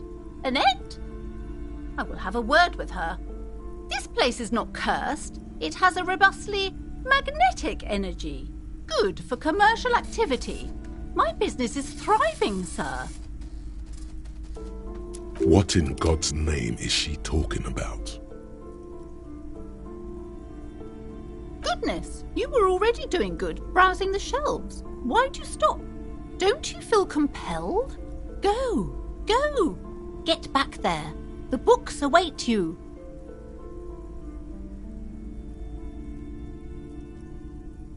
She smiles and nods, seemingly relieved.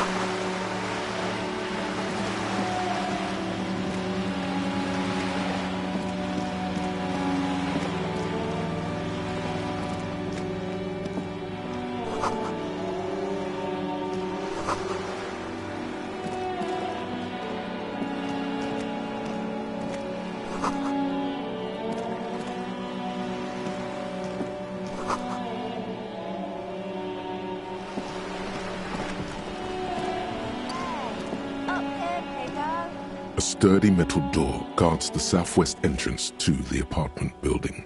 It's locked. The door rattles against your knuckles, but there's no response.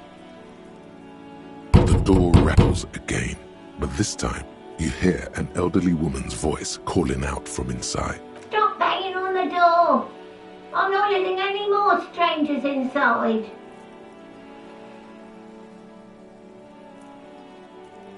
Ha!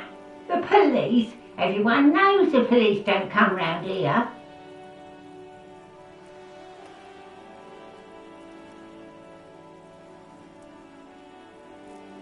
No, I already told you. I won't be responsible for any more strangers getting into the building.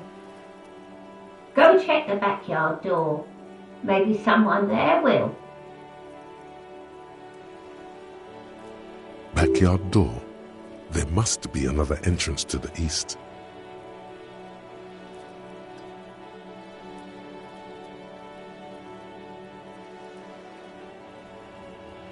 Madame, I assure you, we are real police officers. There is no reply. Just faint, sweeping sounds inside.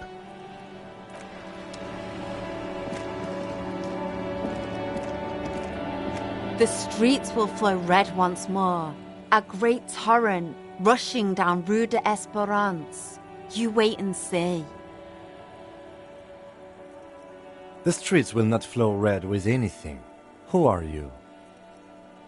I'm Cindy the fucking Skull. What else do you want to know? Date of birth, blood type, the last time I was tested for Hep C.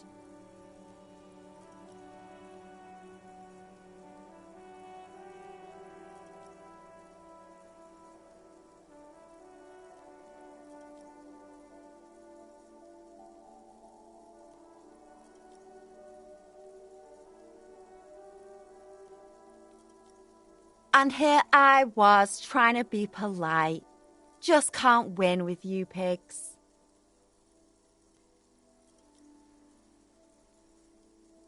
A brush?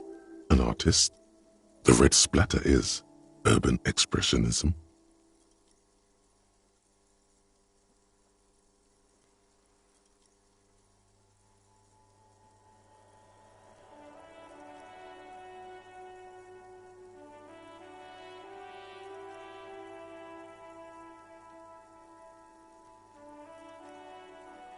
I ain't no snitch, pigstein.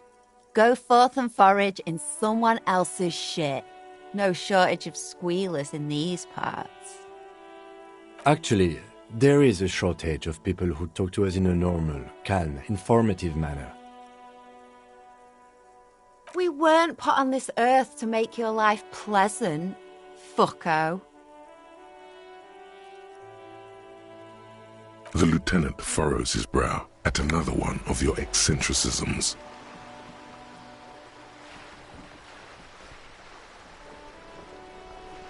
Hatred? Disgust?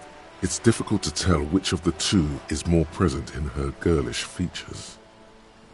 The woman on the boat does not notice her staring. That is on her. Someone's got to keep an eye on her. Ozon is an archipelago 2 days' travel away from Rivershore. Its moneyed residents, used to posh restaurants and upscale boutiques, rarely have reason to visit Martinez. Probably the Wild Pines rep. We should talk to her. She's a professional negotiator, though. I have the feeling she will be very cooperative while telling us nothing.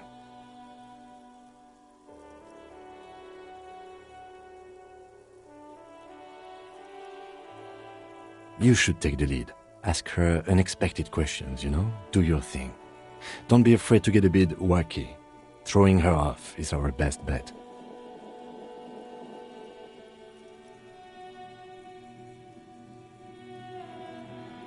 Good idea, piggies. Run along now. Fuck her shit up good. Impound that boat while you're at it. I'd like to watch her swim back to Ozon.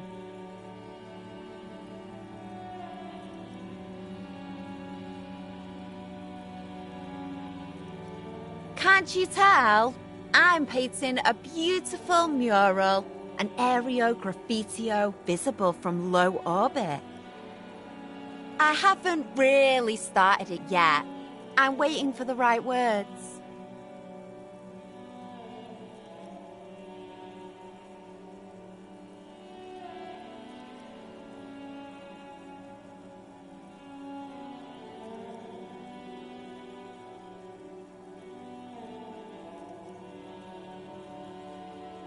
Yeah?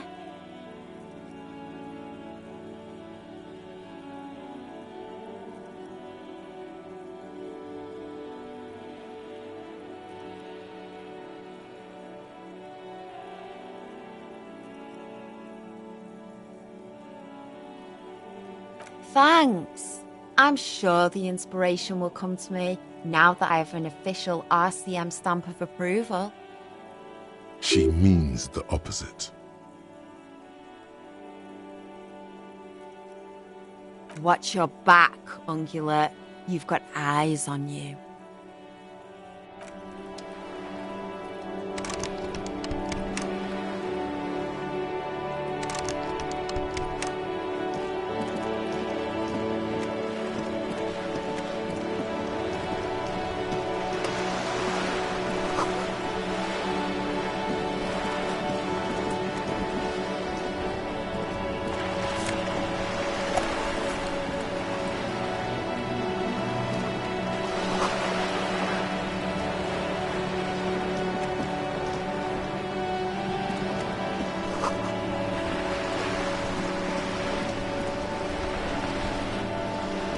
A striking woman leans against the cabin top of her sailing boat, smiling as you approach. Her green raincoat glistens with droplets. A silk scarf is tied around her throat. Good afternoon, officers. I'm Joyce.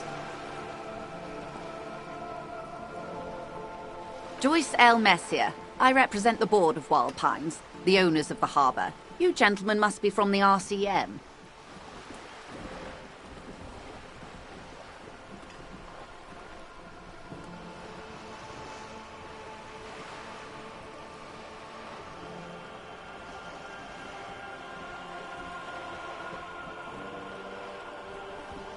I'm glad to see you here.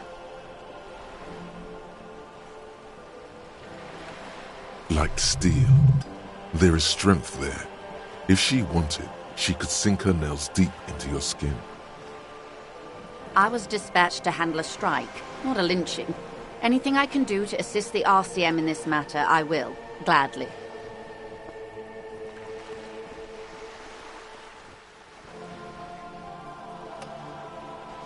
That is good to hear, madame. My colleague will take the lead on this interview. I should let you know that he is recovering from an unusual medical episode. Very unusual. But I can assure you of his ultimate competency.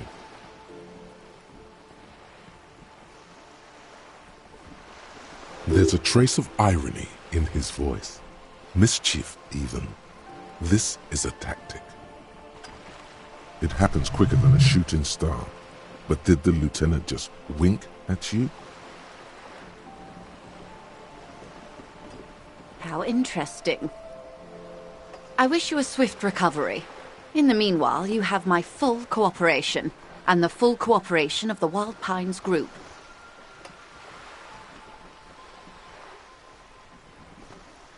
What we do. I'm afraid I don't speak for Wild Pines as a whole. It is a giant undertaking. There was a touch of discomfort there. She wants to merely represent.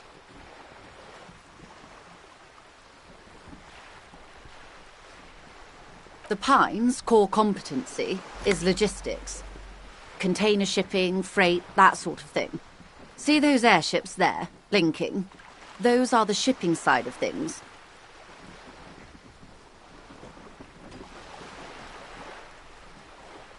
And that is the terminal. Another subdivision deals with energy. oil and gas exploration, offshore platforms. The Wild Pines Group is one of the original Revacholian Indo tribes. Companies awarded royal monopolies by the king, the suzerain himself, centuries ago. The king is long gone, but several of the Indo tribes remain.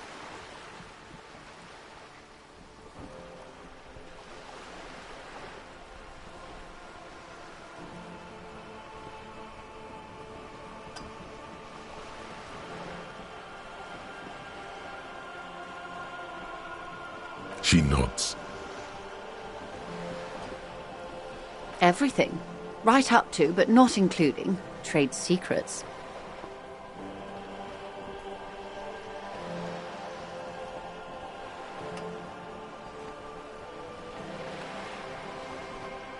I believe the official title is Senior Labour Negotiator. In practice, I'm a grocery clerk. I relay the union's demands to Wild Pines and return with Wild Pines' counteroffer.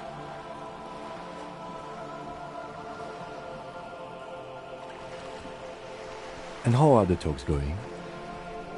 They're not. That's the problem. The union stopped all negotiations a week ago, after that awful lynching took place.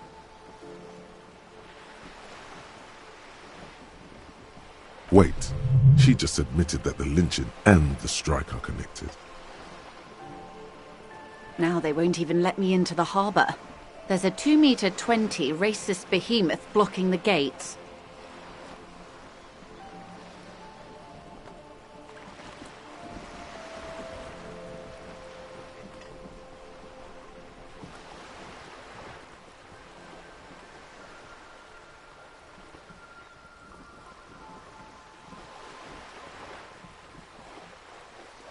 Yes, I believe there is a connection, but that's a subject for later.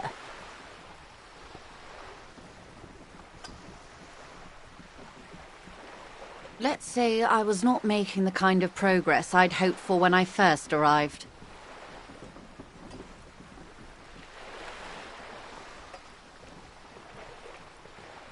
And when did you first arrive? I arrived 3 weeks ago. Yes, in the middle of February. The bay was still partially frozen then. I prefer to do these things on site, like the RCM. But the strike began in December. I wasn't the original negotiator here. I took over after Mr. Gaumont hit a wall with Mr. Clare, the union boss.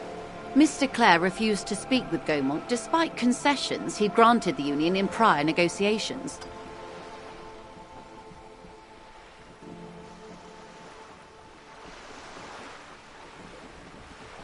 This isn't the first time the union has gone on strike? Heavens no. There have been 2 prior strikes. Both times the union won significant concessions, including overtime pay and a medical plan. This time their demands are more, I guess you could say, aggressive.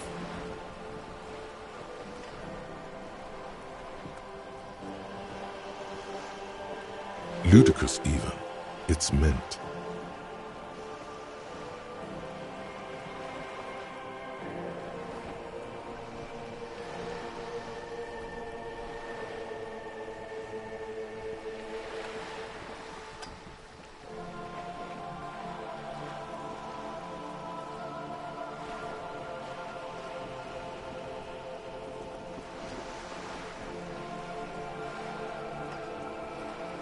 There are leaflets everywhere, and banners.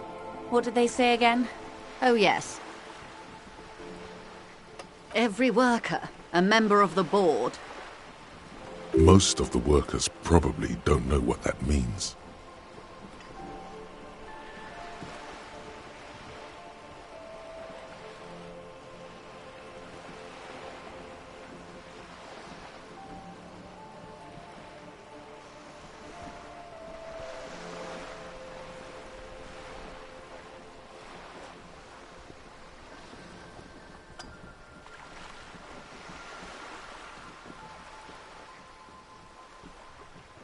In its defense, another said, demand democracy.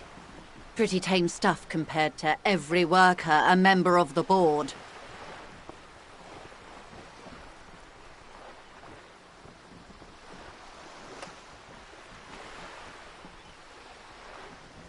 Fortunately, they explained it. Every time the Wild Pines group makes a decision about anything, it needs the signature of each of the 2,200 workers in its Martinez terminal. Just so you understand, this is but one of 22 terminals owned by Wild Pines. Essentially, not only are they kings of the company, they are also kings of the 72,000 employees of Wild Pines Group.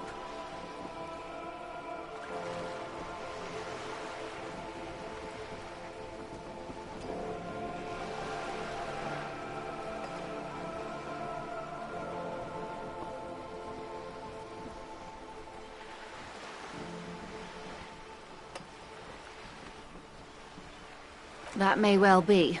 It's not up to me to decide who is king, but as negotiations go, it's not a swell start.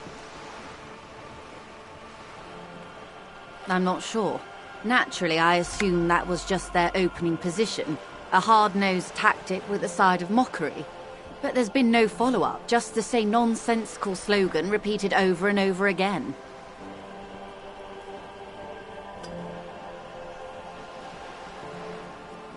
And now, people are getting lynched, I hear. Behind the whirling in rags. A disastrous situation if there ever was one. Excuse me, from whom did you hear about this lynching? I first heard it from the boyar at the gates. The one whose very name advertises his aversion to work. I think he said it was, "Call me mañana."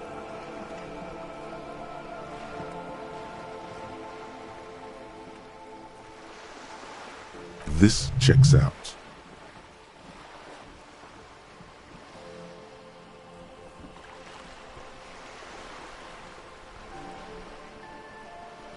Mr. Clare told him to...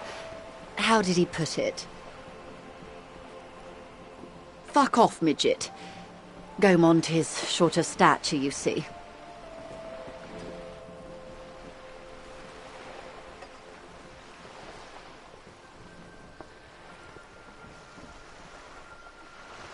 Yes.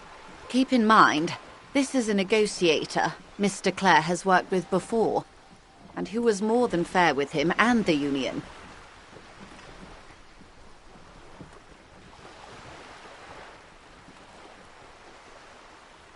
Everard Clare is a man of the utmost integrity. If you can say one thing about him, it's that he always puts the interests of the workers first. Of course not. Everard is fantastically corrupt. I imagine he has a thick, viscous goo where you and I have blood. If you were to prick it with something sharp, you could see it oozing out. A knife, maybe? No, a rapier.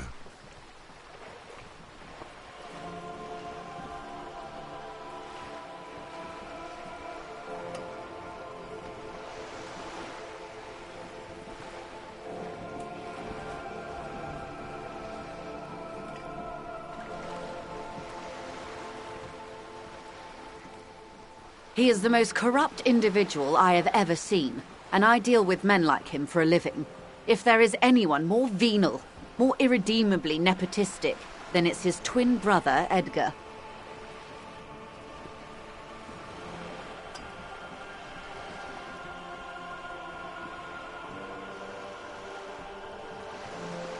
Yes, Edgar looks exactly like his brother, except for that lazy eye. He also talks exactly like Everard does, and when one's term as foreman is up, the other takes over.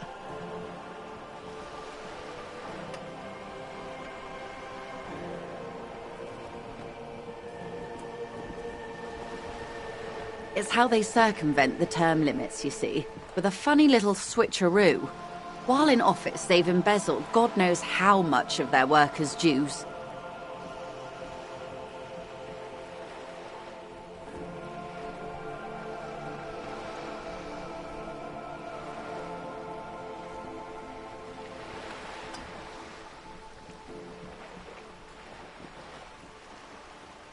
The Debardeurs Union was once a perfectly normal institution. 20 years ago, anyway. It must not have been easy to establish under the Emergency Act, but they did it. I can respect that.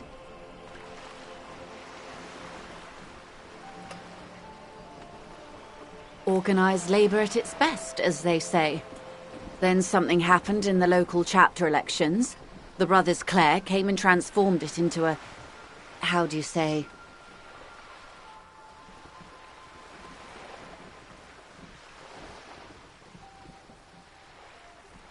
a mob. The Debardeurs are a crime syndicate. Sad as it may be, I suspect we'll be forced to cooperate with them.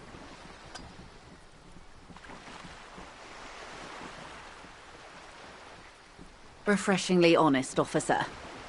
The company has tried appeasing in the past, but I'm afraid our concessions have only emboldened Everard and his brother.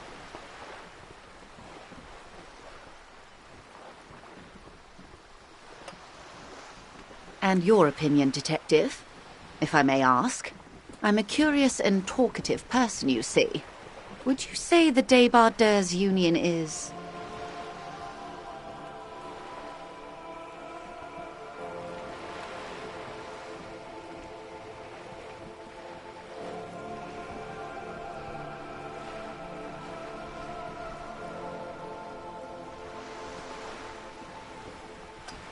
Indeed.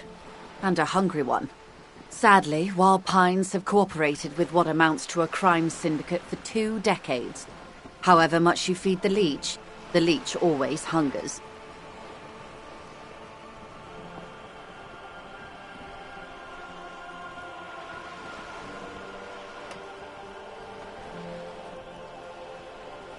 The scabs? You mean the huddled masses of Jamrock? Come to plead for work where the Union refuses to. Don't let her answer it herself.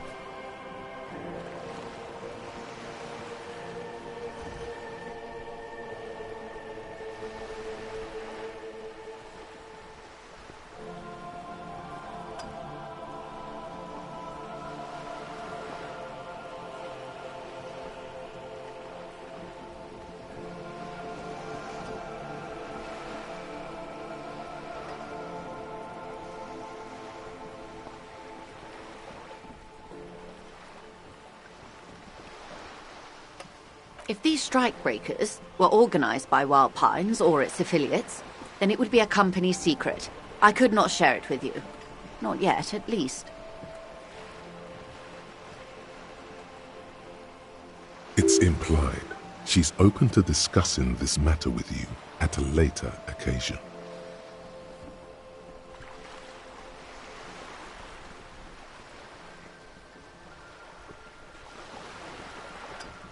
I'm glad you asked. There was a woman, the previous forewoman of the Union. She disappeared.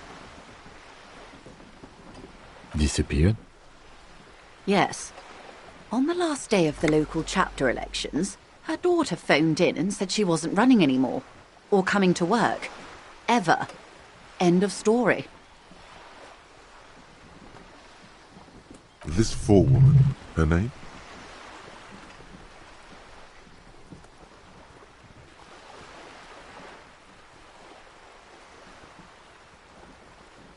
Sadly, the company records do not even give a name.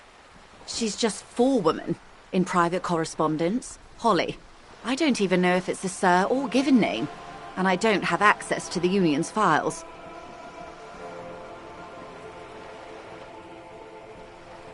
Indeed. The company suspects foul play, but there's nothing they could do. It was a Union matter. The point of the presentation is, these kinds of things happen around the Clares. Watch out when you're dealing with him.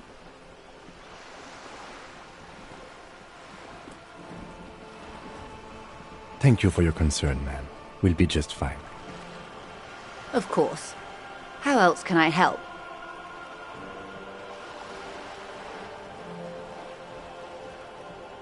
Quite a few things, I'm afraid. The information I'm to share with you includes sensitive trade secrets. the sake of my employer, I have to ask for your names and badge numbers.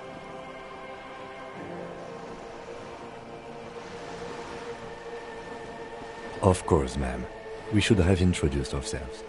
I am Lieutenant Kitsuragi from Precinct 57. And this is my colleague from Precinct 41. I'm afraid he doesn't have his badge at the moment. I hope mine will suffice. How curious. Why is that, Detective?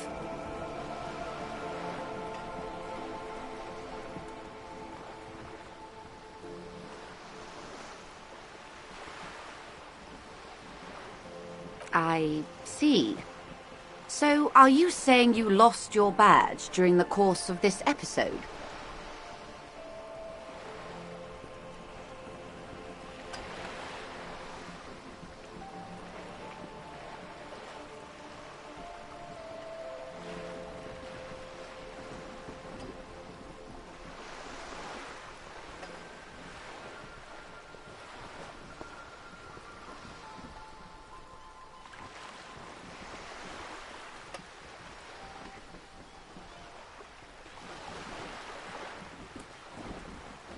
I can't hear you, darling.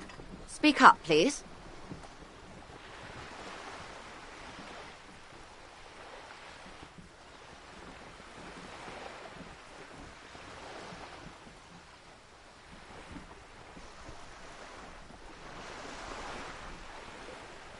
Oh, dear. Some kind of encephalopathic amnesia. I don't even know how to respond. I do believe you, naive as that may sound. I simply can't imagine what you gain by faking such a condition. As I said, ma'am, his technique may be very unconventional, but he is an officer of the RCM.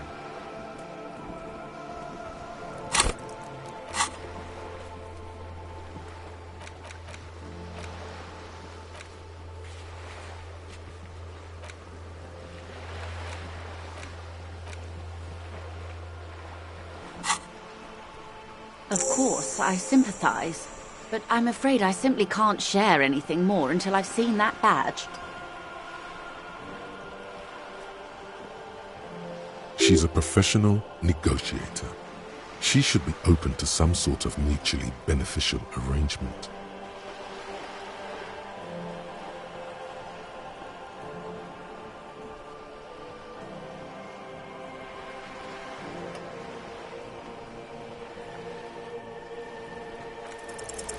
Feelings will guide the way.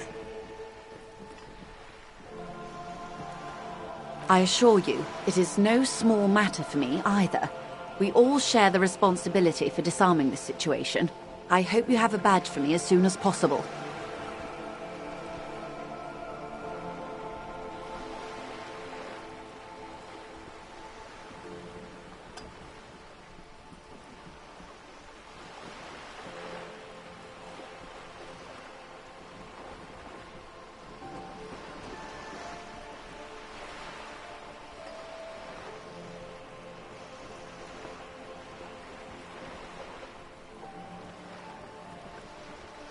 Trust me, officer, I am fully committed to resolving this impasse.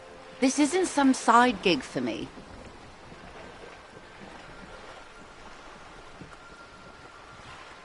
She's silent. The wind flaps the sail above her.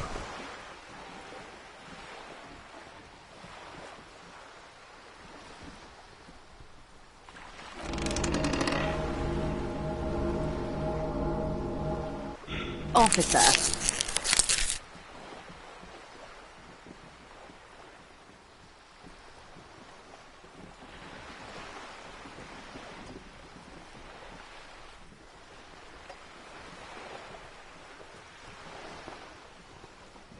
You know, I don't mean to sound cold, but if you want something, you have to give something back.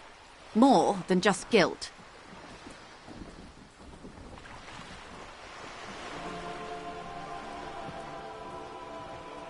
You're doing it. Despite your own best efforts, you're still getting in. Somehow. I'll be frank with you. If I'm going to break protocol, I need to be able to justify it to my superiors. They're going to want to see something tangible. The Union is conducting drug trade out of the harbour. It's an open secret in Martinez. Surely it must not come as a complete surprise to the RCM either. Perhaps it's time to look into it. Or you can find your badge, which honestly seems like a lost cause. Detective, a word in private before we continue.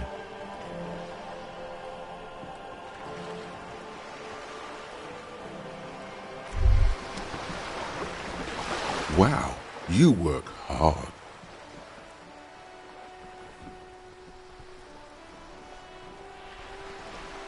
Oh, yes, you hustle. You're a provider. It's tough out there, but you keep it real and provide.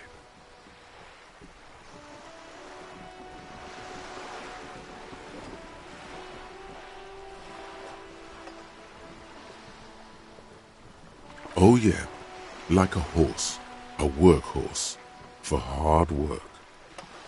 Look at yourself. You're a human pedometer. You must have walked 200,000 steps down cracked asphalt, mosaic, sand, and linoleum after you re-emerged. That is the sign of a hustler who never gives up.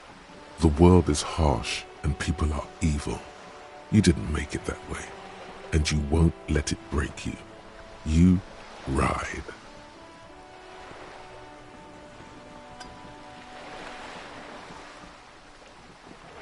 A little. You make money. You got gills, baby. Got those black papers with the faces of the innocents on them. You bring in the Franco Negros and the Solas.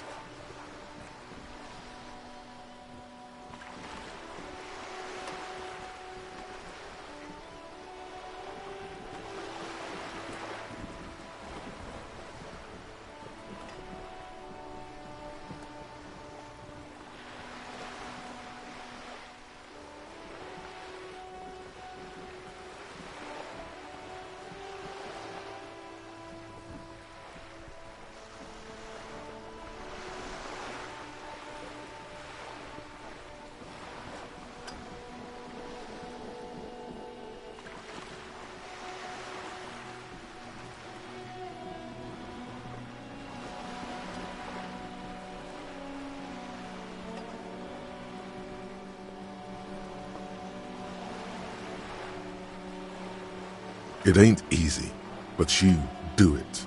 Day in and day out. You didn't make the rules, but you won't lose. You're a cop, and a sprinter, and a money printer.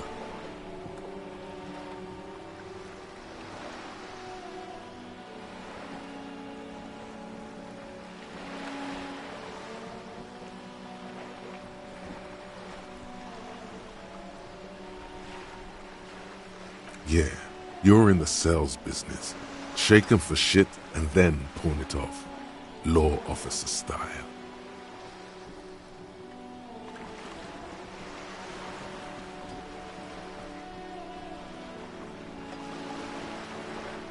Sure. And has it been easy? Is life easy? Have you not gone into cardiac arrest? Are you not about to have an anxiety attack or shoot yourself in the mouth? But you still hustle 24/7, ride or die. Are you rich?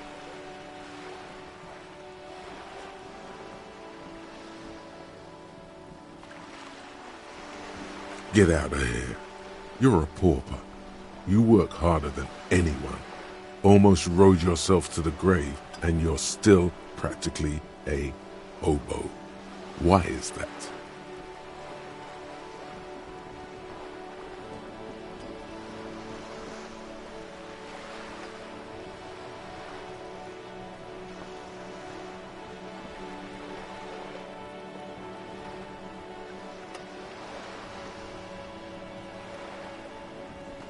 Because of the taxes, G-Man's got his jam-covered sticky fingers in your pocket, stealing from you every time you buy, sell, walk, talk, fart, so much as sneeze.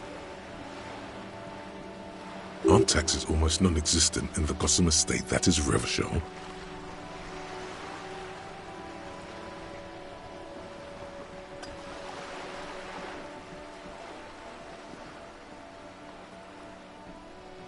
Every time you wipe your ass, they got their direct and their indirect modes of taxation. Sales tax, excise duty, extraction tax, alimony, one tax that doesn't even have a name. Plus there's the stuff people in other countries pay for. That makes them ask for more money from you. Here, total tax duties add up to 98% of all your money.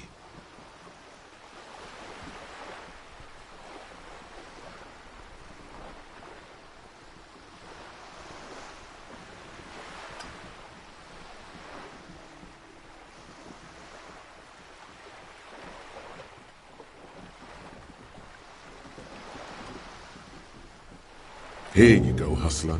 Fight the righteous fight. Free the people. Keep it real. Keep it street. Keep foaming at the mouth furiously on the tax issue.